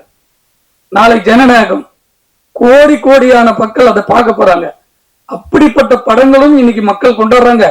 சிறு படத்தையும் கொண்டாடுவதற்கு நம்ம தான் வழியை விடணும். காரணம், இங்க ஒரு செக்டர் தடுத்துட்டே இருக்காங்க. தியேட்டர்ல இருந்து ஆரம்பிச்சு எப்படி ஷூட்டிங் ஆரம்பிச்சா தடுக்கிறாங்களோ, கொண்டு வரும்போது தடுக்கிறாங்களோ, ரிலீஸுக்கு தடுக்கிறாங்களோ, வியாபாரம் செய்யும்போது தடுக்கிறாங்களோ, அது எல்லாம் ஒரு குடையின் கீழாக சர்வேர் தட்டினா அந்த படத்துக்கு எல்லாமே பிசினஸ் ஓபன் ஆகும். யார் கண்ட்ரோல்லையும் சினிமா இருக்கக்கூடாது, எந்த சங்க கண்ட்ரோல்லையும் சினிமா இருக்கக்கூடாது. ஒரு ப்ரொடியூசர் படம் எடுக்க வந்தா அவங்க ஃப்ரீயா பிசினஸ் பண்ணும். அப்படி ஒரு சிண்டிகேட்டை உருவாக்க வேண்டும் என்பதற்காக விரைவில் முதல்வர் விஜய் அவர்களை சந்தித்து எல்லா புதியவர்கள் உருவாகி கொண்டிருக்கிறார்கள். ஒரு 100 பேர் சந்திச்சு அவருக்கு கோரிக்கை வச்சு சினிமாவுக்கு நடுநாடு இவர் எடுத்தாரா, இவர் படத்தை விற்கிறதுக்கு, இந்த படத்தை வாங்கறதுக்கு, நேரடியா தேடி வர்றதுக்கு ஒரு நெட் தட்டினா அது ஓப்பன் ஆகும். அப்படி ஒரு நாலேஜ் ரெடி ஆயிட்டு இருக்கு. இந்த சினிமா பெரிய இடத்துக்கு தமிழ் சினிமா போக வேண்டும் என்று இந்த சிறுபட தயாரிப்பாளர்கள் எப்படி படம் எடுக்க வராங்களோ, இன்னும் நிறைய பேர் ஃப்ரீயா வரணும்னா இதெல்லாம் இருந்தாதான் சரி பண்ண முடியும். இந்த படம் இதுல ஒர்க் பண்ணிருக்கக்கூடிய ஹீரோ ஹீரோயின் எல்லா டெக்னீஷியனுக்கும் என்னுடைய வாழ்த்துக்கள். நன்றி. அடுத்ததாக எடிட்டர் யூனியன் தலைவர் திரு கோபிகிருஷ்ணன் அவர்கள் ஒரு சில வார்த்தைகள் பேச அன்புடன் அழைக்கின்றோம். வணக்கம். நடுநாடு ஆக்சுவலி கிளம்பி வரும்போது வட தமிழ்நாடு தென் தமிழ்நாடுன்னு ஒரு பிரச்சனை இருக்கு, இது புது பிரச்சனை கிளம்பி இருக்கோ அப்படிங்கிற மாதிரி மைண்ட்ல செட் பண்ணிட்டு தான் வந்தேன். இங்க வந்து பார்த்தோன்னா திருமண நாட்டினர் கண்டிப்பா பிரச்சனை இருக்கும் அப்படிங்கிற மாதிரியே இருந்துச்சு. ஒண்ணு. ரெண்டாவது, நானும் டிஎஃப்டி இங்க வந்து சார் ஒரு விஷயம் சொன்னாரு, அது ஒரு மிகப்பெரிய திருத்தம். அந்த காலகட்டத்துல நானும் இருந்திருக்கேன். அவர் சொன்ன மாதிரி எதுவுமே நடக்கல. நீங்க பண்ண தவறான தகவல். இது வந்து ஒரு பொது நிறுவனம், டிஎஃப்டில இருந்து எவ்வளவு பேர் வந்திருக்கோம், நிறைய மாணவர்கள் வந்திருக்காங்க. இங்க ஒரு பொது தளத்துல இப்படி ஒரு தவறான தகவலை இங்க பதிவு பண்றது மிகப்பெரிய தவறு. அதாவது மக்கள் தொலைக்காட்சி தமிழ் அப்படிங்கிற ஒரு விஷயத்துல இன்னமும் நேசத்தோட அது பயணிச்சுக்கிட்டு இருக்கு. இன்னைக்கு அதை நாங்க வரவேற்கிறோம். கண்டிப்பா அதை வந்து எதிர்த்து எல்லாம் பேசல. அவங்க கொடுத்த கண்டென்ட் அப்படிங்கிற விஷயம் என்ன பண்ணாங்க அப்படின்னா, அந்த விஷயங்கள் தெரியும், அதனால சொல்றேன். 100 கோடி இன்வெஸ்ட் பண்ண அப்படிங்கறதெல்லாம் முழுக்க முழுக்க போய் 1% கூட கிடையாது. அதற்கான தொடக்க கட்ட வேலைகள் மட்டுமே நடந்தது. அதுக்கு அவங்க சார்ந்த, அதாவது கலை இலக்கியம் இது சார்ந்த படைப்புகளை கொடுங்கன்னு கேட்டாங்க. நல்ல விஷயம்தான். ஆனா அது கமர்ஷியல் கிடையாது, அது வியாபாரத்துக்கு உகந்தது அல்ல அப்படிங்கிற ஆரம்ப கட்டத்திலேயே அது நிறுத்தப்பட்டது. நான் 100 கோடி தான் இன்வெஸ்ட் பண்ணிட்டேன், 100 பேர் காசை கொடுத்துட்டேன், 100 டிஎஃப்டி ஸ்டூடெண்ட் ஏமாத்திட்டான் அப்படிங்கிறது மிகப்பெரிய கண்டனத்துக்குரிய ஒரு விஷயம். அது கிடையவே கிடையாது. ஆனால் அப்படிப்பட்ட ஒரு 100 படம் எடுக்கணும் அப்படின்னு இங்க இதே ஸ்டேஜ்ல இதே பத்திரிகையாளர் முன்னாடி ஒரு படம் பண்ணு ஒரு தயாரிப்பாளர் வரும்போது நான் 100 படம் எடுக்கணும்னு ஆசைப்படுறேன்னு சொல்லுவாங்க. அதை எத்தனையோ பேர் நம்மளும் பார்த்திருக்கோம். அது மாதிரி அவரும் ஆசைப்பட்டு இருக்கலாம், தவறே கிடையாது. ஆனால் இந்த மாதிரியான ஒரு விஷயம் நடக்கவே இல்லை. ஒரு சில பேச்சுவார்த்தைகள் போனுச்சு. என்னுடைய கிளாஸ்மேட்ஸ் எல்லாம் போயிட்டு வந்தாங்க, போனாங்க, நடந்துச்சு. அதெல்லாம் இல்லைன்னு நான் சொல்லவே இல்லை.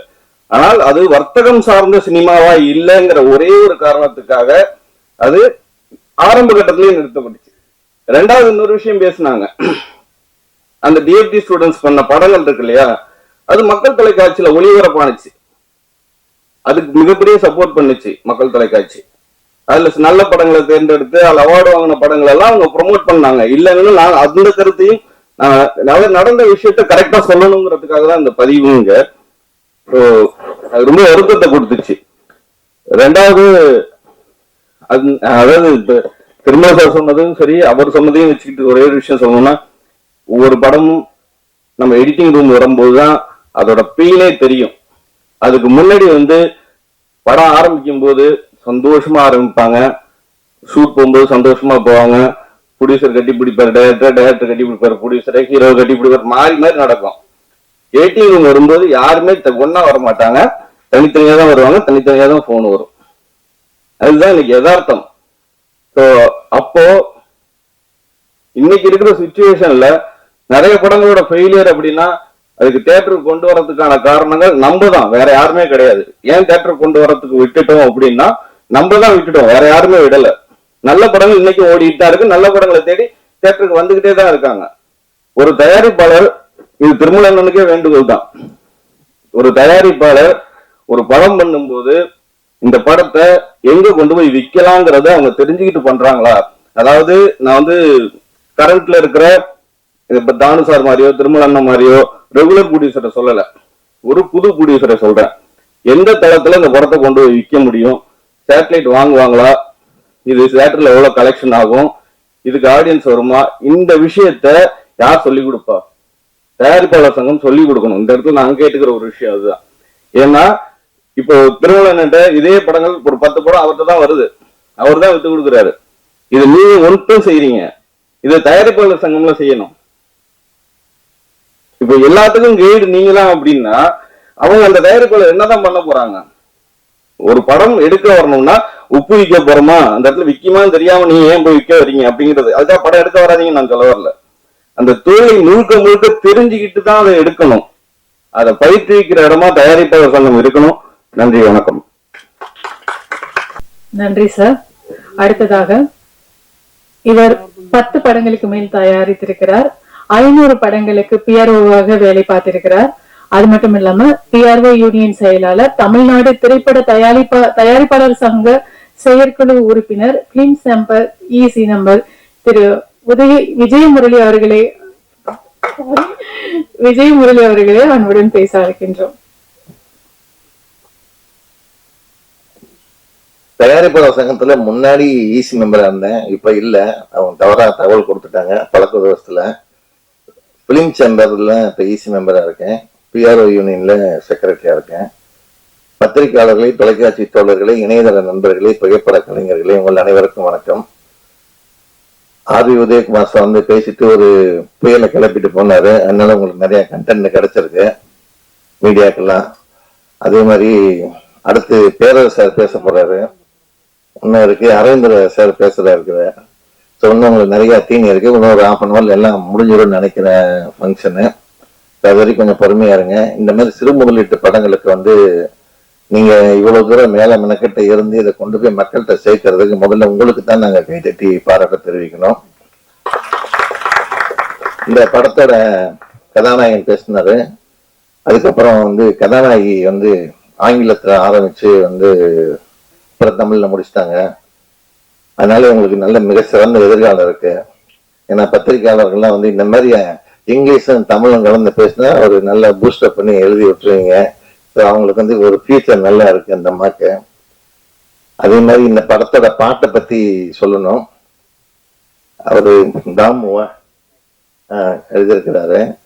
அதாவது நான் பச்சை முந்திரி கைப்படாத சுந்தரின்னு எழுதியிருக்கிறாரு.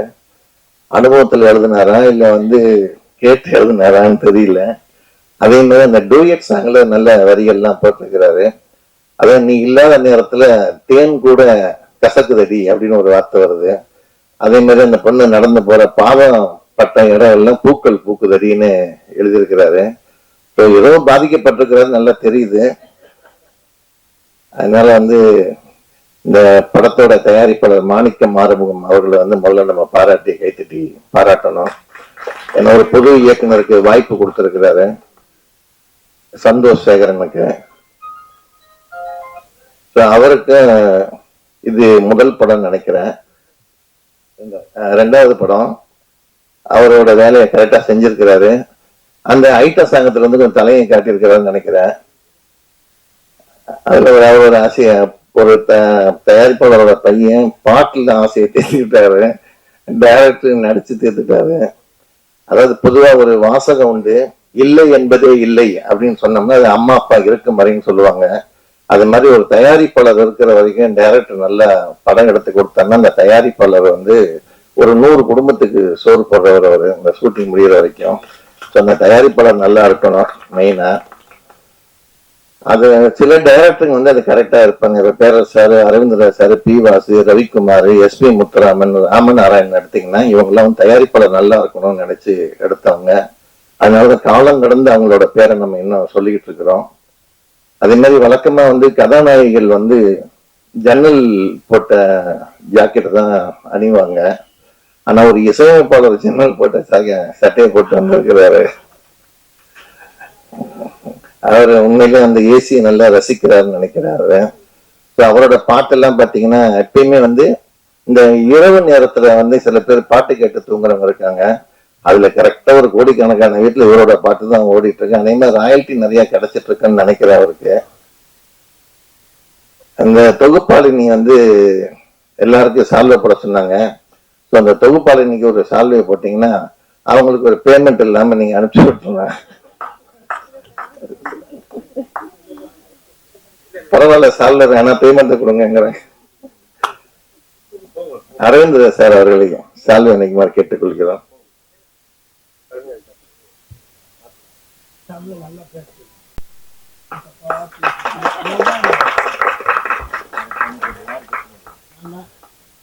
இந்த மாதிரி சிறுமொழிட்டு படங்கள் வந்து நிறைய ஓடணும்.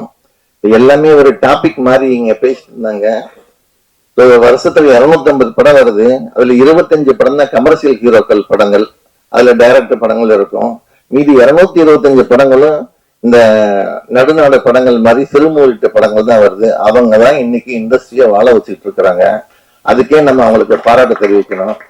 ஸோ வந்து படம் பார்க்கறது, வியாபாரம் அதெல்லாம் பத்தி பேசினாங்க.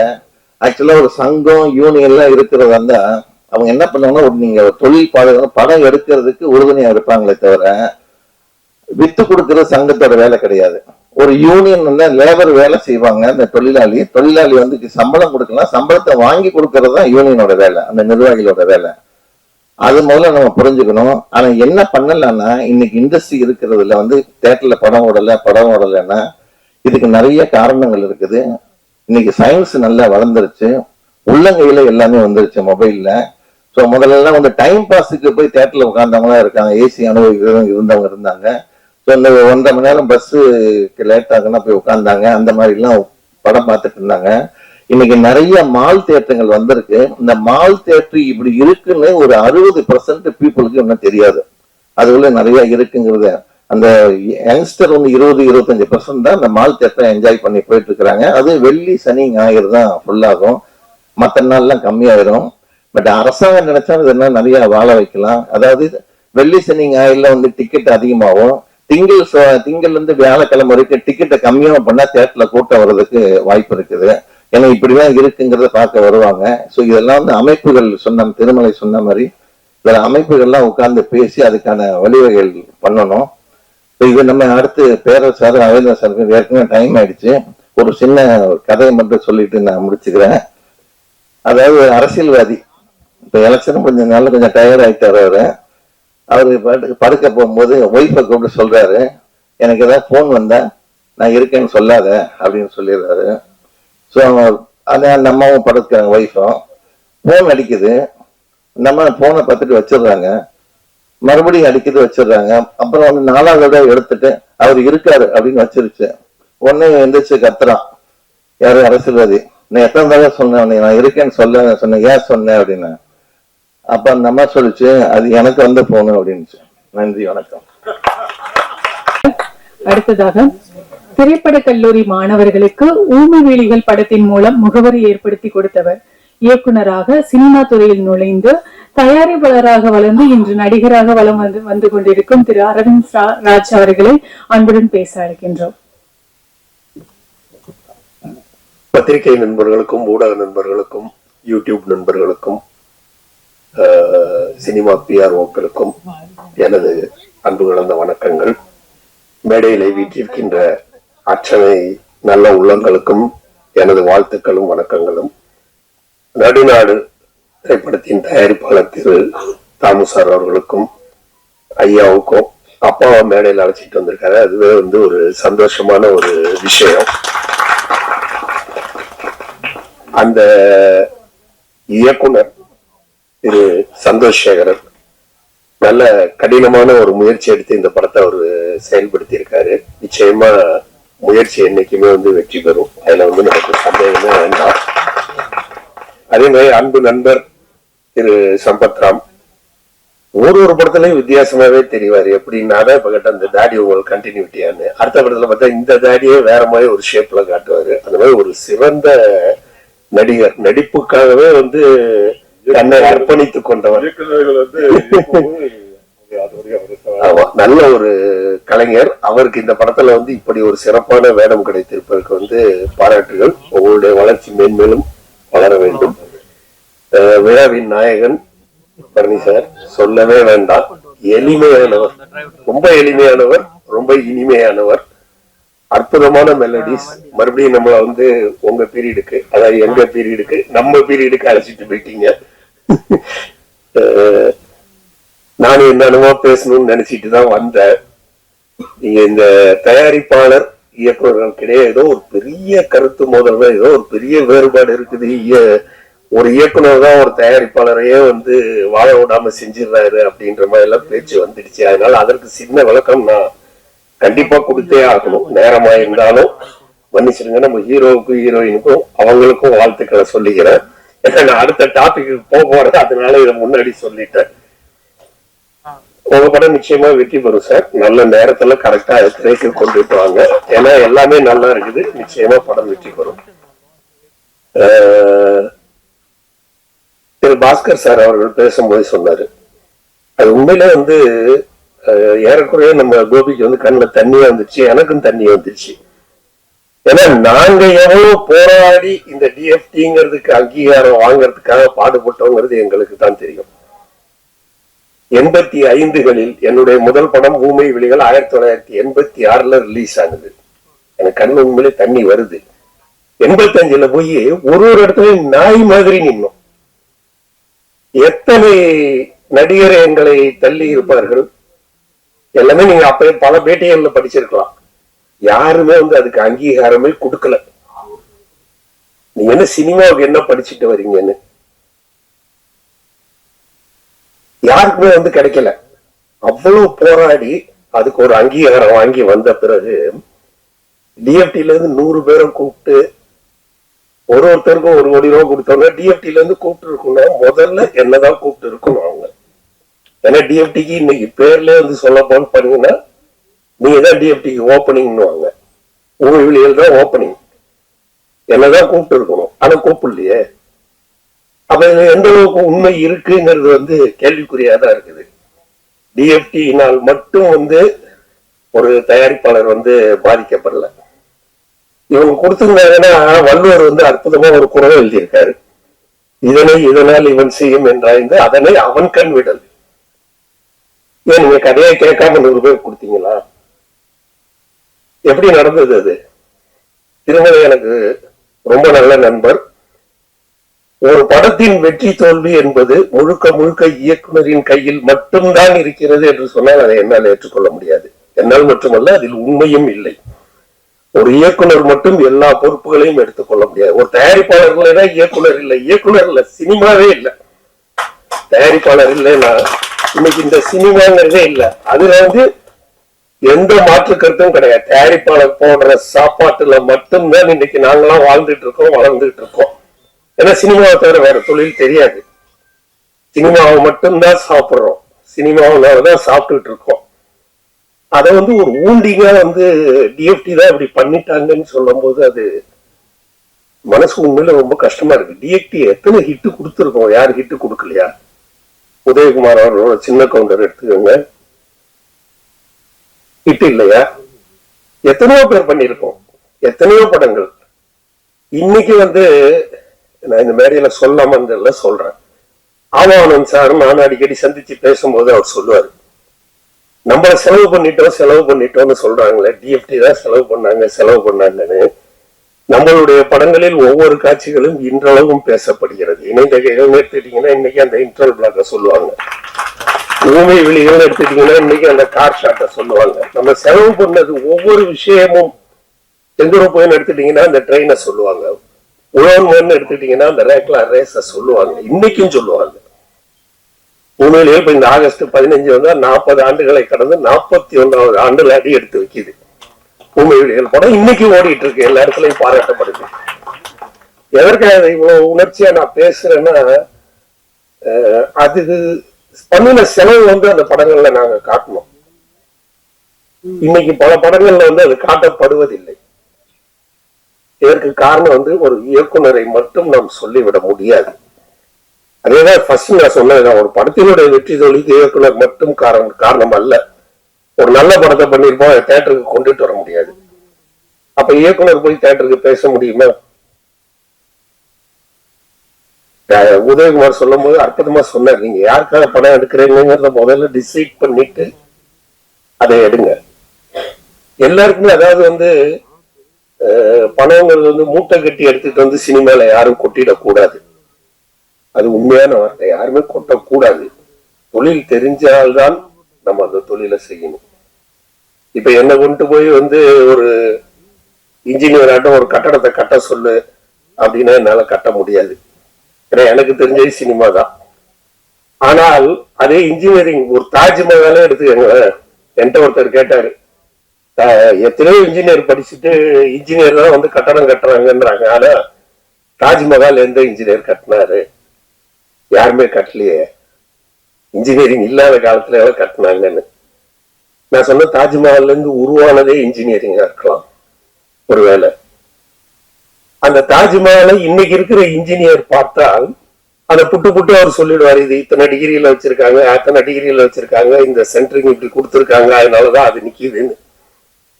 இதுபோல்தான் நாங்கள் டிஎஃப்டி படித்தால் மட்டும்தான் சினிமா எடுக்க முடியும் என்று யாரும் என்னைக்கும் சொன்னது கிடையாது. அதுல உண்மையும் கிடையாது. டிஎஃப்டி படித்தவர்கள் ஒரு சினிமாவை எங்களால் ஈஸியா அனலைஸ் பண்ண முடியும். ஒரு ஷாட் எடுத்திருந்தாங்கன்னா இந்த ஷாட்டை எப்படி எடுத்திருப்பாங்கிறத சொல்ல முடியும். இந்த ஷாட்டுக்கு எப்படி சார் இசையமைச்சிருக்காங்கிறத என்னால பார்க்க முடியும். இந்த ஷாட்டுக்கு கேமராமேன் எங்க என்ன லைட் பண்ணிருக்காங்கிறத என்னால பார்க்க முடியும். என்னன்னா அதை பத்தி படிச்சிருக்கோம், அந்த தொழில் நமக்கு தெரியும், அவ்வளவுதானே தவிர டிஎஃப்டி படித்தாதான் சினிமா எடுக்க முடியும் அப்படின்னு சொல்றதெல்லாம் ஒரு காழ்ப்புணர்ச்சியான பேச்சு. டிஎஃப்டில வந்து ஜெயிச்சுட்டாங்களா அப்படிங்கிற கோபமா என்னங்கிறது தெரியல. அது ஒரு காழ்ப்புணர்ச்சியான பேச்சியாக வந்து எனக்கு படுது. ஏன்னா டிஎஃப்டி படிக்காதவர்கள் எத்தனையோ பேர் சாதிச்சிருக்காங்க. நீங்க நம்ம பாரதிராஜா, பாக்யராஜ் சார் எல்லாம் பாக்குறோமே, எவ்வளவோ சாதனைகள். இது வந்து ஒரு சப்போர்ட்டிவ் எலிமெண்ட், அவ்வளவுதான். இப்ப என்ன கேட்டாங்க, நான் யார்ட்டையுமே உதவி இயக்குனரா பணிபுரியாமலே என்னுடைய முதல் படம் உண்மையிலேயே நான் இயக்குனராகவே வெளியில வந்தேன். அதற்கு முழு முதல் காரணம் டிஎஃப்டி தான், அடிச்சு சொல்லுவேன். ஏன்னா ஒரு 30 வருஷமா உதவி இயக்குனரா இருந்து கத்துக்க வேண்டிய விஷயத்த நான் அந்த 3 வருஷத்துல அங்க நான் படிச்சுட்டு வந்தேன். எனக்கு தெளிவா தெரியும் எங்க ஷாட் வைக்கிறது, எங்க கேமரா வைக்கிறது, எங்க லைட் பண்ணணும், எல்லா விஷயங்களுமே தெரியும். எப்படி எடிட் பண்ணணும், எல்லா விஷயங்களுமே. எதற்காக சொல்றேன்னா,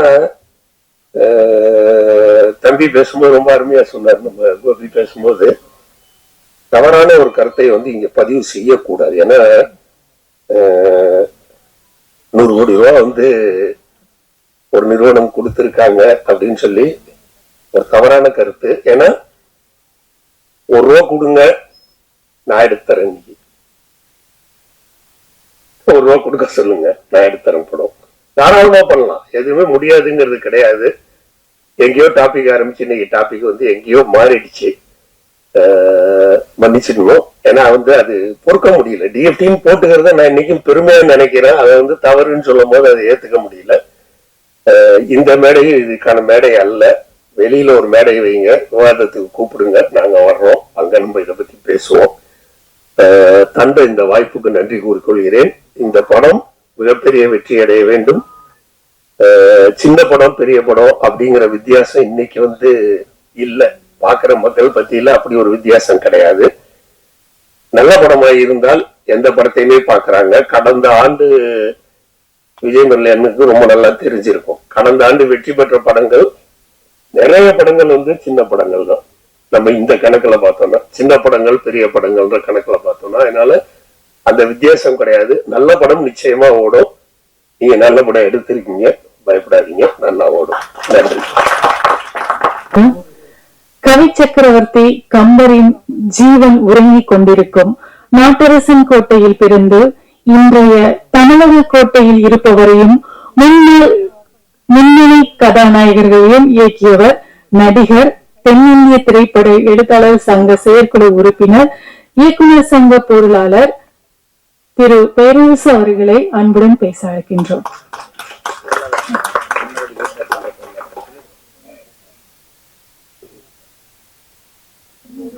அனைவருக்கும் வணக்கம்.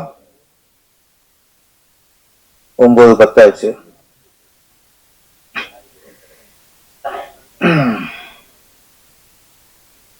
இன்னைக்கு வந்து நடுநாடு இசை வெளியீட்டு விழாவா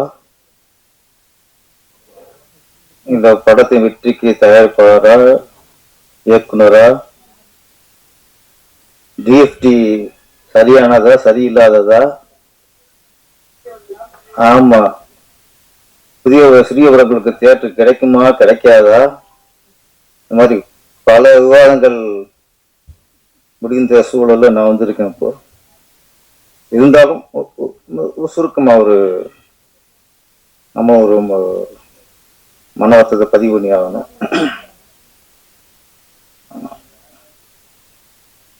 நம்ம மக்கள் டிவி பாஸ்கர் ஒரு பாம் வச்சு போயிட்டார். ஆமா, அந்த பாமும் ஒரு விட வெடிக்கும்னா ஒவ்வொரு 10 வைக்கலாம். உதயகுமார் வச்சார், அதுக்கு வெடிக்குது. கோவி 10 வச்சார், அதுக்கும் வெடிக்குது. நம்ம அரவிந்த்ராஜ் வந்தார், அதுக்கும் வெடிக்குது. ஆனா பலரோட ஒரு பாம் 10 விட வெடிச்சிருச்சு. இதுக்குமே வெடிக்க வைக்க வேணாம் அதை. ஆனா ஒண்ணு சினிமா படத்துக்கு ஒண்ணுதான். இங்க எல்லாத்துக்கும் உதாரணம் இருக்கு. டிஎஃப்டி ஸ்டூடெண்ட்டும் பெரிய வெற்றி கொடுத்துருக்காங்க. அது மாதிரி அசிஸ்டண்டா ஒர்க் பண்ணி அந்த ப்ராக்டிக்கல் ஒர்க் பண்ணவங்களும் பெரிய வெற்றி கொடுத்துருக்காங்க. அசிஸ்டண்டா ஒர்க் பண்ணாமலே ஃபர்ஸ்ட் படத்துலயே மணிரத்ன சார் மாதிரி ஆளுங்க பெரிய வெற்றி கொடுத்துருக்காங்க. ஏன் சொல்லணும்னா இங்க வெற்றி அடைறதுக்கு இதுதாங்க இலக்கு இல்லை. படிச்சிருக்கணும், படிச்சிருக்க கூடாது, அசிஸ்டண்டா ஒர்க் பண்ணிருக்கணும், ஒர்க் பண்ணிருக்க கூடாது, அதெல்லாம் இல்லை. சினிமாவை உண்மையா நேசிச்சு உண்மையா உள்வாங்கி இதுல ஜெயிக்கணும் வெறி இருந்தா யாராலையும் ஜெயிக்க முடியும் சார். அதான் டிஎஃப்டி அது ஜெயிக்க முடியும். அப்படித்தான் நம்ம சந்தோஷ் சேரன் வந்திருக்காரு. சினிமாவோட வெறி ஜெயிக்கணும் வெறியில வந்திருக்காரு. கண்டிப்பா நடுநாடு பெரிய ஒரு வெற்றி நாட உருவாகனுடைய வாழ்த்துக்கள். நான் கொஞ்சம் குறைச்சிக்கிறேன், நிறைய பேசிட்டீங்க, நிறைய பேசலாம். ஏன்னா ஒரே உண்மையோடு சொல்லிடணும். டிஎஃப்டி ஸ்டூடெண்ட் அப்படின்ட்டு முதல்ல வெற்றி கொடுத்த டிஎஃப்டி ஸ்டூடெண்ட் ஒரு இருக்கு, இன்ஸ்டியூட் ஒண்ணு இருக்குன்னு முதல்ல தெரிய வந்தது ஊமை விழிங்கிற ஒரு படம். அந்த படத்தின் இயக்குனர் தான் அரவிந்த்ராஜ் அவர்கள். ஆக்சுவலி ஊமை வெளிகள் தான் டிஎஃப்டிக்கு பிள்ளையர் புள்ளியாசி ஆபானன் அவர்களும் அரவிந்த்ராஜ் அவர்களும் அந்த டிஎஃப்டிங்கிறதுடைய பெரிய ஒரு அந்த கௌரவத்தை தூக்கி நிறுத்தினவங்க. அதுக்கு சின்ன ஒரு கலங்கம் வரும்போது அரவிந்த்ராஜா போல பொங்கி நான் எதிர்பார்க்கவே இல்லை. நிறைய மேடையில் பார்த்திருக்கேன், சாப்பிட்டா பெஸ்ட் கூடுவாரு. முதல் முறை அவர் பொங்கி எழுந்திருக்காருன்னா ரோஷம் வரும்ல. நான் படிச்ச ஸ்கூல்ல டிஸ்டர்ப் பண்ணா ரோஷம் வரும்ல. இந்த படத்துல முக்கியமா 2 பேரை பாராட்டி ஆகணும். அது ஒரு 2 பேரும் ஜாம்பரம் தான். ஒண்ணு இசையமைப்பாளர் பரணி அவர்கள். ஏறத்தாழ வெள்ளி விழாவை தாண்டி, அதாவது 25 வருஷத்தை தாண்டி இந்த சினிமாவில பயணிச்சுட்டு இருக்காரு. இன்னைக்கு சினிமாவில் 2 வருஷத்தை தாண்டதே பெரிய விஷயம். 5 வருஷத்தை தாண்டிலே மறந்துறாங்க. இப்போ இன்னைக்கு 25 வருஷம் கழிச்சும் ஒரு சிங்கம் மாதிரி உட்காந்து போட்ட அத்தனை பாட்டு ஹிட்டு சார். அடிக்க சண்டைக்காரி, பச்சை முந்திரி எல்லாம் கிட்ட. அது பச்சை முந்திரியை பத்தி நமக்கு தெரியல. பாம்பின் கால் பாம்புங்கிற மாதிரி ஒரு கவிஞரனுடைய இதைத்தான் இன்னொரு கவிஞர், அதாவது உதயகுமார் சாரும் கவிஞர் தானே, பாடலாசிரியர். அவங்க பச்சை முதியோ டிவில வார்த்தை நினைச்சோம். ஆனா அதுக்குள்ள அவர் பாருங்க எவ்வளவு வச்சிருக்காரு பாருங்க. வயசானாலும் குத்தி போகல. பச்சை முதிர பச்சை நம்ம பச்சை போகணும். அதுக்கு அவரு பல அர்த்தம் ஆகல. அப்பாவையும் புள்ளிய மாட்டி விட்டாரு. என்ன போய் பச்சை முந்திரன்னா நம்ம பசு மரத்து ஆணிபம்ல அது மாதிரி அந்த மாதிரி நினைச்சு போண்டேனே. ஓகே, உங்க ஏரியா நினைக்கிறேன் முந்திரி விளையிற ஏரியா பாருங்க. அதான் அந்தந்த மண்ணோட வாசனை தான் அது வந்திருக்கு. அதில் 25 வருஷம் கழிச்சு இன்னைக்கும் பரணி சார் அவர்கள் சினிமாவில் பயணிச்சுட்டு இன்னைக்கும் ஒரு பேரோட இருக்காருன்னா ஆண்டம் கொடுத்த வரேன் சார். இன்னொன்று, சினிமாவில் அதிசயம் என்னன்னா, சினிமா சில அதிசயம் இருக்கும். 100 படம் பண்ணோம், 150 படம் பண்ணோம், அத்தனை ஹிட்டு கொடுத்தோம். சினிமாவில் வெற்றி அடைந்த பின்பும் யார் ஒரு எளிமையா இருக்கிறாரோ அவர் தான் அதிசயம். பல ஹிட்ட கொடுத்ததுக்கப்புறம் எப்ப பார்த்தாலும் சார் பரணி சார் அவ்வளவு எளிமையா இருப்பார். இவரும் இந்த படம் ஹிட்டு கொடுத்தாரா, இவரு திருமணம் பண்ணாரா அப்படின்னு பார்த்து நம்ம அதிசயம் பார்த்துட்டே இருக்கணும். பரணி சார், வாழ்த்துக்கள் சார். அதுக்கப்புறம் அடுத்து இன்னொருத்தர், அதான் எங்க சம்பத் ராம். அவரும் அதே தான். 25 வருஷமா இந்த சினிமாவில் பயணிச்சுட்டு இருக்காரு. ஒரு நடிகராக பயணிச்சு இன்னைக்கு ஒரு மெயின் ரோல். ஆக்சுவலி இப்போ சம்பத் ராம் மாறுபட்ட இடத்துலையும் அவர் ஹைலைட் பண்ற அளவுக்குன்னா முழுக்க சொல்றேன். சம்பத் ராம் பொறுத்த வரைக்கும் முழுக்க உழைப்பு உழைப்பு உழைப்பு, முயற்சி முயற்சி முயற்சி. எங்கேயுமே அவர் வந்து ஓகே நடிச்சுட்டான் சோர்ந்து இன்னமும் ஆரம்ப காலகட்டத்துல எனக்கு தெரியும் இவர் ஆரம்ப காலகட்டம் என்ன முயற்சி பண்ணாரோ அதே முயற்சி. நான் சொல்றேன் 20 வருஷத்துக்கு 25 நிமிஷம் நடிகர் என்ன எப்படி இருந்தாரோ அதே முயற்சி இன்னைக்கு இருக்காரு. நீங்க 200 ஒன்றும் இல்ல, 500 நடிக்கல. ஆமா, இந்த கதாநாயகன் படம் நடிக்கல.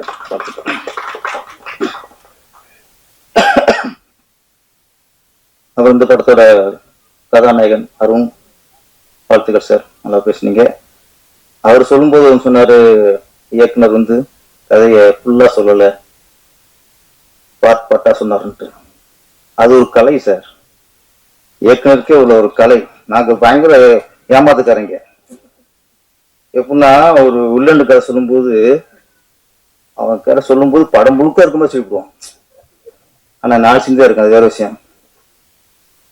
அது மாதிரி ஒரு அப்பா கேரக்டர் போய் சொல்லுவான், இந்த கதையே அவரும் தாங்கி இருக்குமே நினைப்பாரு. நான் கதை சொல்லும் போது படம் பார்க்கும்போது தெரியும், நீங்க டம்மி வந்துட்டாங்க அப்படின்னு. அது மாதிரி கதாநாயகன் கதை சொல்லுவான், ஹீரோ பார்த்து அப்பா அடுத்த ரஜினி நம்ம தான் போல இருக்கு நினைப்பான், அடுத்த விஜய் நம்ம தான் போல இருக்கு நினைப்பான். படம் பார்க்கும்போது தெரியும் அது 4 ஹீரோ இருப்பாங்க, அதிகமாக ஒருத்தனா இருப்பான். என்னன்னா இந்த கதை சொல்லி ஏமாத்துதல்ல வல்லவர்கள் நாங்க. திருப்பாச்சி இதே மாதிரி நானும் ஏமாத்தினேன். விஜய் சார் இல்ல, அவர் ஏமாத்த முடியாது. ஆமா, அதனால நிச்சயமேட்டார். அவர் யாரும் ஏமாத்த முடியாது. அவர் பல தண்ணி காட்டுவார். அவர்தான் தண்ணி காட்ட முடியாது. இப்போ திருப்பாச்சி விஜய் சார் கமிட் ஆகிடுச்சு. அடுத்து ஹீரோயின் கதை சொல்லி ஒத்துக்க வைக்கணும். திருசான முடிவு பண்ணியாச்சு. இது நான் கதை சொல்றேன். அந்த ஓப்பனிங் நீ எந்த ஊர் நான் எந்த ஊர் அந்த சாங்லாம் வராது. டெய்லியே ஹீரோ தங்கச்சி கல்யாணம் பண்ணி சென்னை கூட்டு வர்றாரு. இது நான் சொல்றது. நீங்க இது 6வது எடுக்கிறீங்க. அவங்க நினைக்கிறாங்க இதுதான் ஃபர்ஸ்ட் போல இருக்கு. அவங்க சின்ன சொல்லி பார்த்தா படம் முழுக்க இருக்க மாதிரியே அவங்க புருஷன் மட்டும் டீட்டரா சொல்லியாச்சு. அவங்க ஓகேட்டாங்க, நல்லா இருக்கு, சூப்பர் விஜய், வாடா போடா அவங்க சொல்லி இருக்குல்ல, அவ்வளோ ரசிக்கிறாங்க. ஓகே, ஆமா, எல்லாம் சொல்லி முடிஞ்சிச்சு. படம் பார்த்து படம் நல்லா இருக்கு, எம்எல்ஏ காண்டாயிட்டாங்க. ஏண்டா இவன் கதை அப்படி சொன்னானே, படம் முழுக்க மறுக்க மாதிரி இருந்துச்சு. கடைசி மொத்தமே 4 சீனு, அதுல 3 சீனு சாங் லீடு அப்படின்ட்டு படம் பார்க்கும்போது தான் இந்த ஆளு நம்ம கதை சொல்லி ஏமாத்திட்டான்னு தெரிஞ்சது. அதுக்கப்புறம் எனக்கு காசு கொடுக்கவே இல்லை, அது வேற விஷயம். அது மாதிரி நாங்க அப்படித்தான் இயக்குனர்கள்லாம் நாங்க வந்து அங்கிங்க எல்லாருமே எங்களுக்கு காசு ஹீரோன்னு சொல்லுவோம். அந்த மாதிரி சந்தோஷ் சேகரன்னா எங்க லிஸ்ட்ல சேர்ந்துட்டாரு. ஓகே,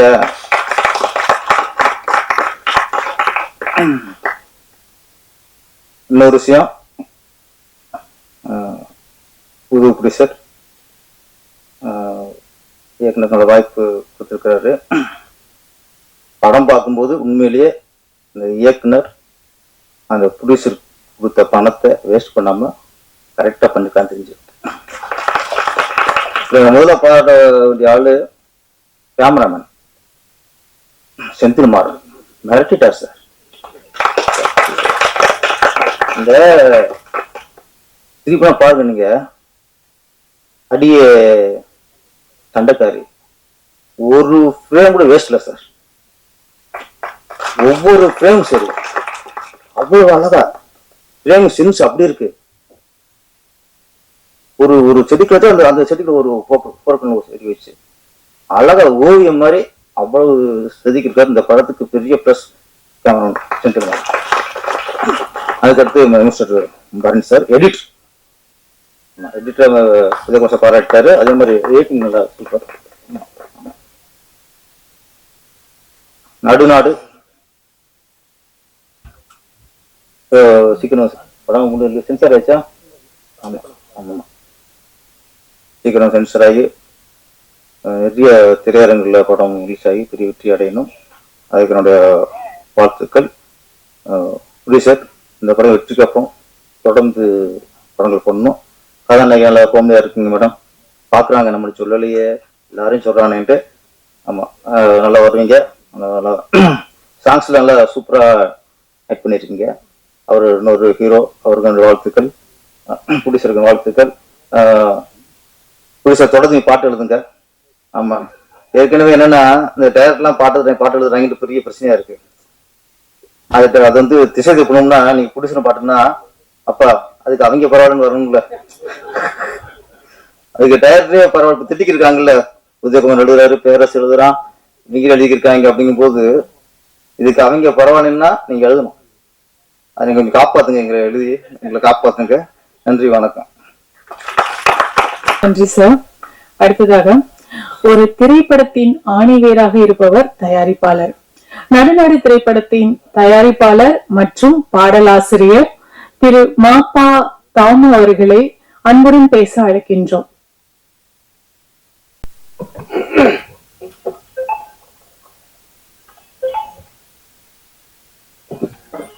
அனைத்து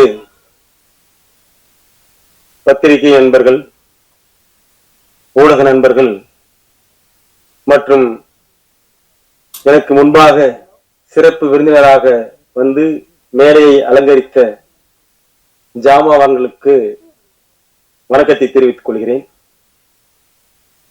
இந்த படத்தின் தயாரிப்பாளர் ஆறுமுக மாணிக்கம், இந்த படத்தின் பாடலாசிரியர் மா தாமு. இந்த படத்தை உருவாக்குவதற்காக தம்பி இயக்குனர் சந்தோஷ் சேகரனோடு நானும் இணைந்து முதலில்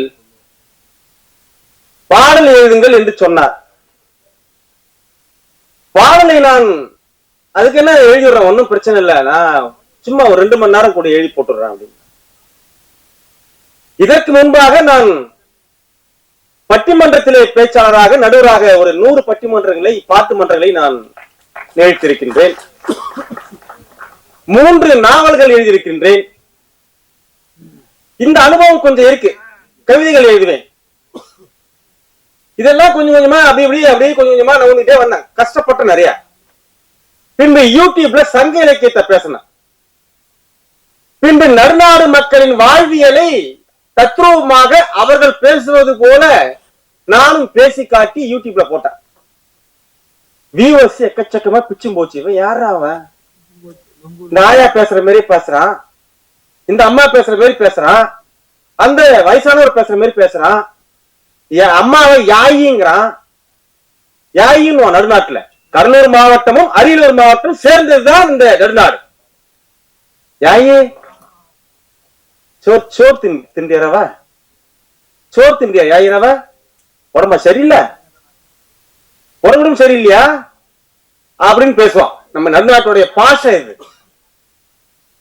பசங்கள் எல்லாம் என்ன சொல்லுவாங்க, குட்டி பாடையம். இந்த குட்டி பாடையம் வந்ததோ இந்த தண்ணி குளத்துல இருக்கிற மூடியை பூரா எடுத்து கீழே போட்டு போடுதோ, தண்ணி திறந்தே கிடக்கு 4 நாளா, உள்ள பாத்தீங்கன்னா பூரா கிடக்கு, இந்த மாதிரி பேசுவாங்க. இதை விட தத்ரூபமாக எடுத்து போட்டு யூடியூப்ல போட்டேன். நான் இந்த இடத்திற்கு வருவதற்கு நான் ஒன்னும் சாதாரணமாக எளிதாக கிடைத்து வரவில்லை. இந்த வாய்ப்பு ஒன்றை புரிந்து கொள்ள வேண்டும். எந்த ஒரு பணியோ எந்த ஒரு வாய்ப்போ அது எளிதாக கிடைத்து விட்டால் அதற்கு அருமை இல்லை. அவருடைய அருமை தெரியாது நிறைய பேருக்கு. கஷ்டப்பட்டு ரோல் பட்டு ரொங்கழிஞ்சி உள்ள மேல வந்து அடிபட்டு 4 பேர்கிட்ட வந்து விமர்சனங்களை தாங்கி அழுது நொந்துதான் மேலே வந்தால் அவருடைய அர்த்தம், அவருடைய மதிப்பு கூடுதலாக இருக்கும். இதை ஒன்றை நான் பதிவு செய்கிறேன். இப்போது பாடலை எழுதிவிட்டேன். ஐயா கொஞ்சம் பொறுத்துக்கணும், பேசுறேன் நானு. பாடலை எழுதிவிட்டேன். சரி, யாரை அடுத்தது பார்க்கணும்? ஏங்க அடுத்ததாக பாடலை எழுதிவிட்டு யாரை பார்க்கணும் அப்படின்னு சொன்னா ஐயாவை பார்க்கணும். இசையமைப்பாளரை பார்க்க வேண்டும். ஐயா கிட்ட போறேன். எனக்கு முதல் அனுபவம், ஒண்ணுமே தெரியாது.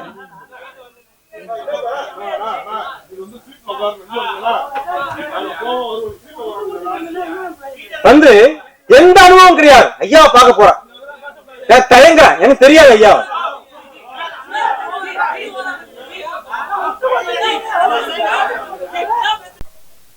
பாடலை எழுதிட்டேன். எழுதிட்டு இயக்குனர் சொல்றார் வாங்க. இயக்குனருக்கும் எனக்கும் அறிமுகமானது இந்த மெசஞ்சர்ல தான், நேர்ல கூட பாத்துக்கல. என்னென்ன பாட்டு எழுதிட்டேன். ஐயாவை போய் பார்க்கணும் இசையமைப்பாளர். யாரு இசையமைப்பாளர்னு கேட்டேன். தஞ்சை தரணி போற்றும் எங்களுடைய பரணி தான் அப்படின்னு சொன்னாங்க. அண்ணன் பரணி தான் அப்படின்னு உடனே பார்வை ஒன்றே போதுமே நான் பாட்டை வந்து திருப்பி திருப்பி திருப்பி போட்டு கேசட்டே எழுந்து போச்சு. அந்த டைம்ல பஸ்ல காலேஜ் படிக்கும் போது எந்த பாட்டு ஓடும் அந்த பாட்டு தான் ஓடும். சரி அவரா அப்படின்னு சொன்ன உடனே பெரிய நான் படத்துல பாட்டை கேட்டிருக்கேன். சரி ரைட் போறேன். நடந்தே வரோம். எங்கேருந்து வந்து வரப்பயில இறங்கிட்டோம். இறங்கிட்டு கால்நடையாக ஐயாவுடைய வீட்டுக்கு நடந்து போறோம். நானும் இயக்குனரும் கைகை கோர்த்தபடி அப்படியே போறோம். நேரா நடந்தே போறோம். நடந்து போய் வீட்டை கண்டுபிடிச்சிட்டு ஐயா கிட்ட பாட்டை காமிச்சேன். பாட்டை காமிச்ச உடனே இதுக்கு முன்னாடி எத்தனை படம் நீ பாட்டு ஏற்கன்னு, எத்தனை படம் பா ஏற்க நீ, வேற இதுக்கு முன்னாடி ஏதாவது படம் ஏதாவது இருக்கா பாட்டு ஏற்கியா? இல்லையா, இதான் என்னுடைய முதல் படம், இதான் ஃபர்ஸ்ட் எழுதுறேன் அப்படின்னு. அப்படியா, நீ நிறைய படத்துக்கு எழுதுற மாதிரி ஏற்க, இதுக்கு முன்பா நிறைய படத்துக்கு எழுதுற மாதிரி ஏற்க, சூப்பர் அருமைப்பா, தட்டி கொடுத்தாரு. அப்படியே நான் சிலிர்த்துட்டான். இவ்வளவு பெரிய இசையமைப்பாளர் தட்டி கொடுக்குறாருன்னு சொல்லி பாட்டு அப்படியே எழுதி நான் உருவாச்சு பாட்டு. பாடலை எழுதும் போதெல்லாம் எனக்கு சிறகுகள் முளைத்து செவ்வானில் பறந்தேன். நான் குயில்களோடு குரல் பழகினேன். காய்ந்த சருகளோடு பேசி பேசி என்னை செதுக்கிக் கொண்டேன். முந்திரி பூக்கள் பூக்கும் அழகில் உலகை மறந்தேன். நான் வெட்டுக்கிளிகள் துள்ளும் அழகில் இயற்கை ரசித்தேன். நான் கள்ளிச் செடிகளை பார்த்து பார்த்து கவிதை சொன்னேன். வெடித்து சிதறும் பலாக்கனிகளை ருசித்து ருசித்து ரசனை கற்றேன். நான் செம்மண் புழுதியில் புரண்டு புரண்டு புதுமை கற்றேன். நான் தும்பை பூக்களை பறித்து எடுத்து அதன் வெண்மையை வேந்தேன். நான் சப்பாத்தி பூக்களை பறித்து எடுத்து கனவு கூந்தலில் சூடி பார்த்தேன். சப்பாத்தி பூக்களை பறித்து எடுத்து கனவு கூந்தலில் சூடி பார்த்தேன். சிட்டுக்குருவியின் துடிப்பை பார்த்து சோம்பலை தொலைத்தவன் நான். சிட்டுக்குருவியின் துடிப்பை பார்த்து சோம்பலை தொலைத்தவன் நான். அத்தனை பலாமரங்களும் எனக்கு போதி மரம். எங்கள் நடுநாட்டில் அத்தனை பலாமரங்களும் எனக்கு போதி மரமானது.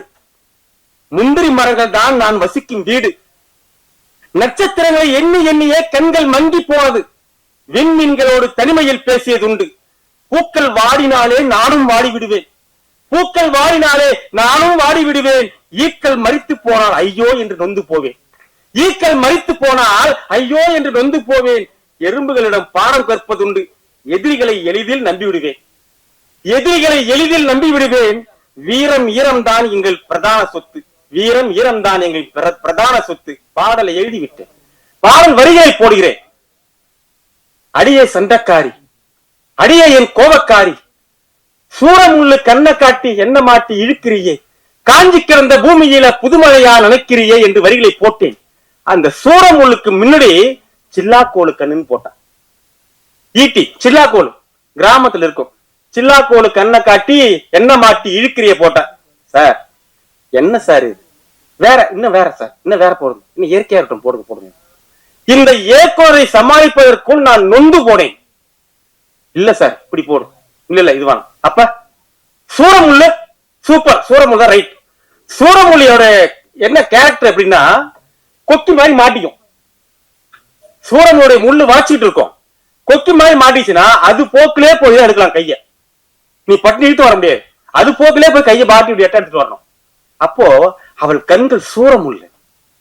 சூரமுள்ளு கண்ணை காட்டி என்ன மாட்டி இழுக்கிறியே, காஞ்சி கிடந்த பூமியில புதுமழையா நினைக்கிறே, வறண்டு கிடந்த நிலம் அப்பா இது. இந்த நிலம், இந்த இதய நிலத்தை புதுமழை எப்படி பூமியை வந்து நினைக்கிறதோ அப்போது எப்படி பூமி பூரிப்பாக இருக்கும், பூமியில் இருக்கக்கூடிய மரங்கள் செடி கொடிகள் எல்லாம் எப்படி பசுமையாக தழைத்தோங்கும், அதை போல அந்த புதுமழை போல் வந்து என் இதயத்தை நினைக்கிறியே.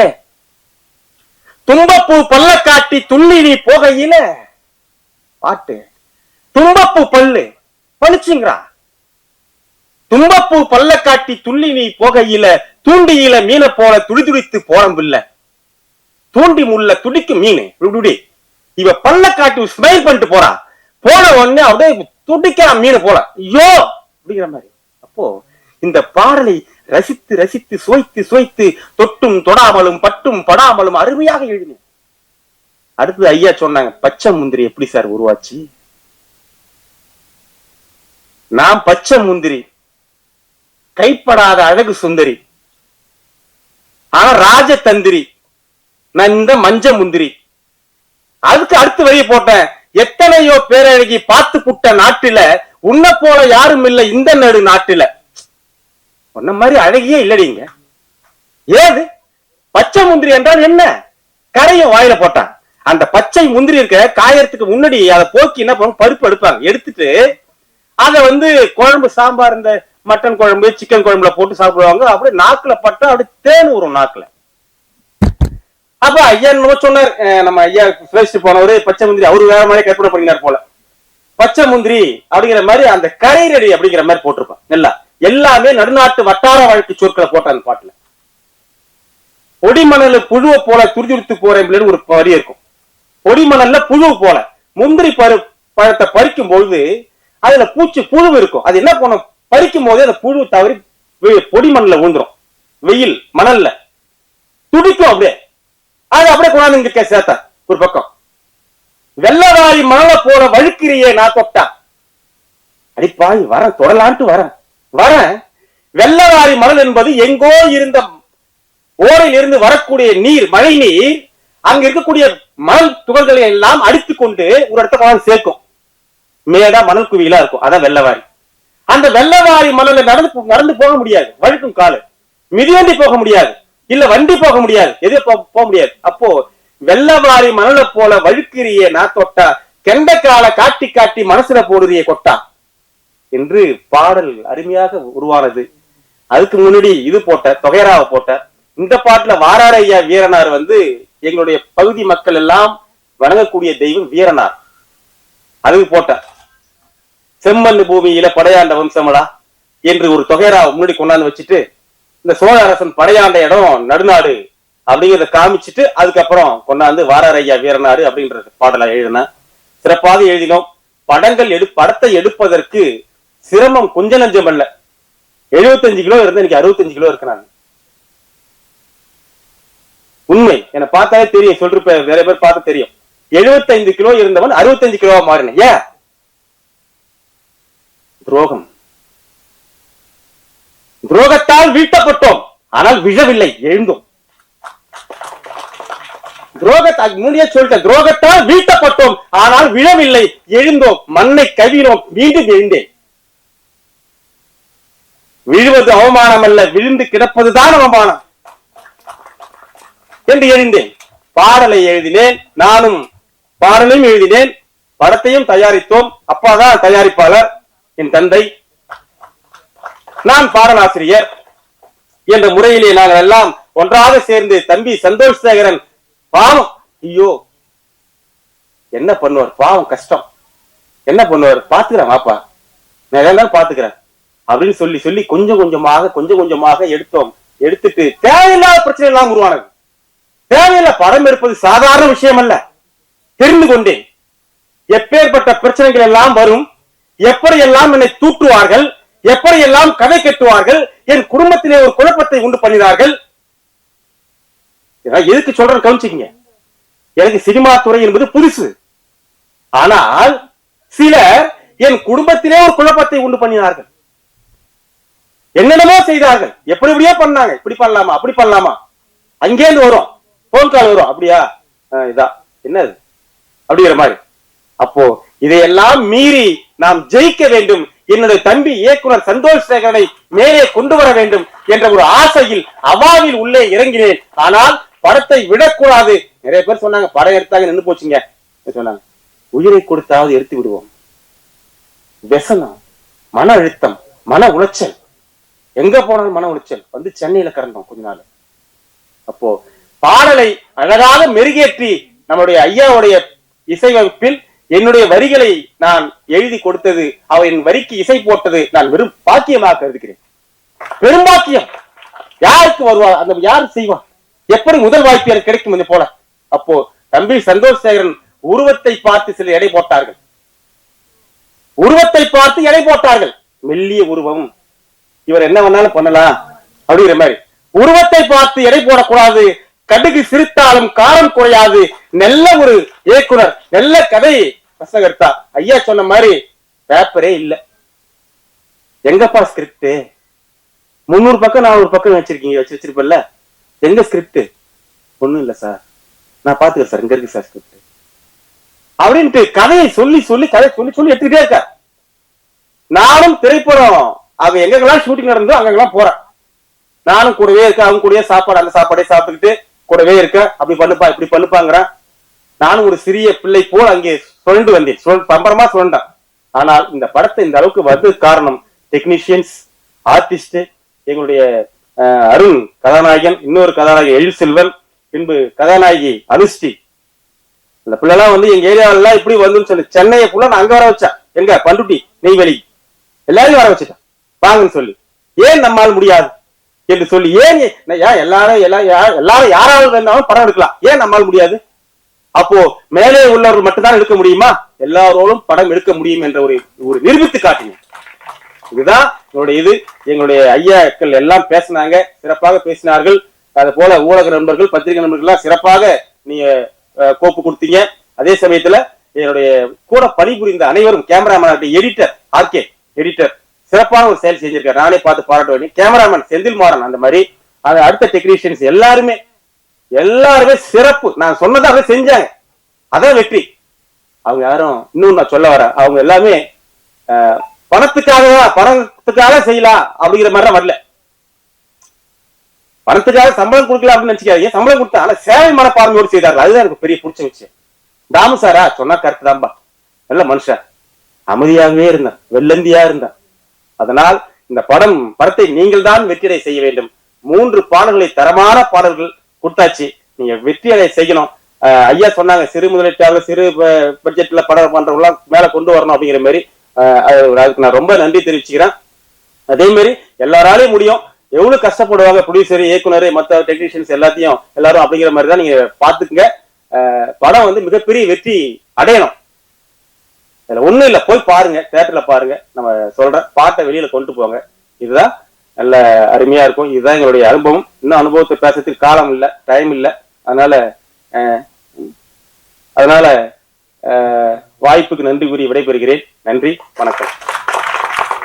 கவியரங்கமா பட்டிமன்றமான்னு ஒரு சில நேரம் எல்லாரும் அமைதியா அவ்வளவு ஒரு இதுவா இருந்தாங்க. நல்லா பேசுனீங்க, வாழ்த்துக்கள் சார். உங்களோட பாடல் இன்னும் நிறைய வெற்றி பெறட்டும்.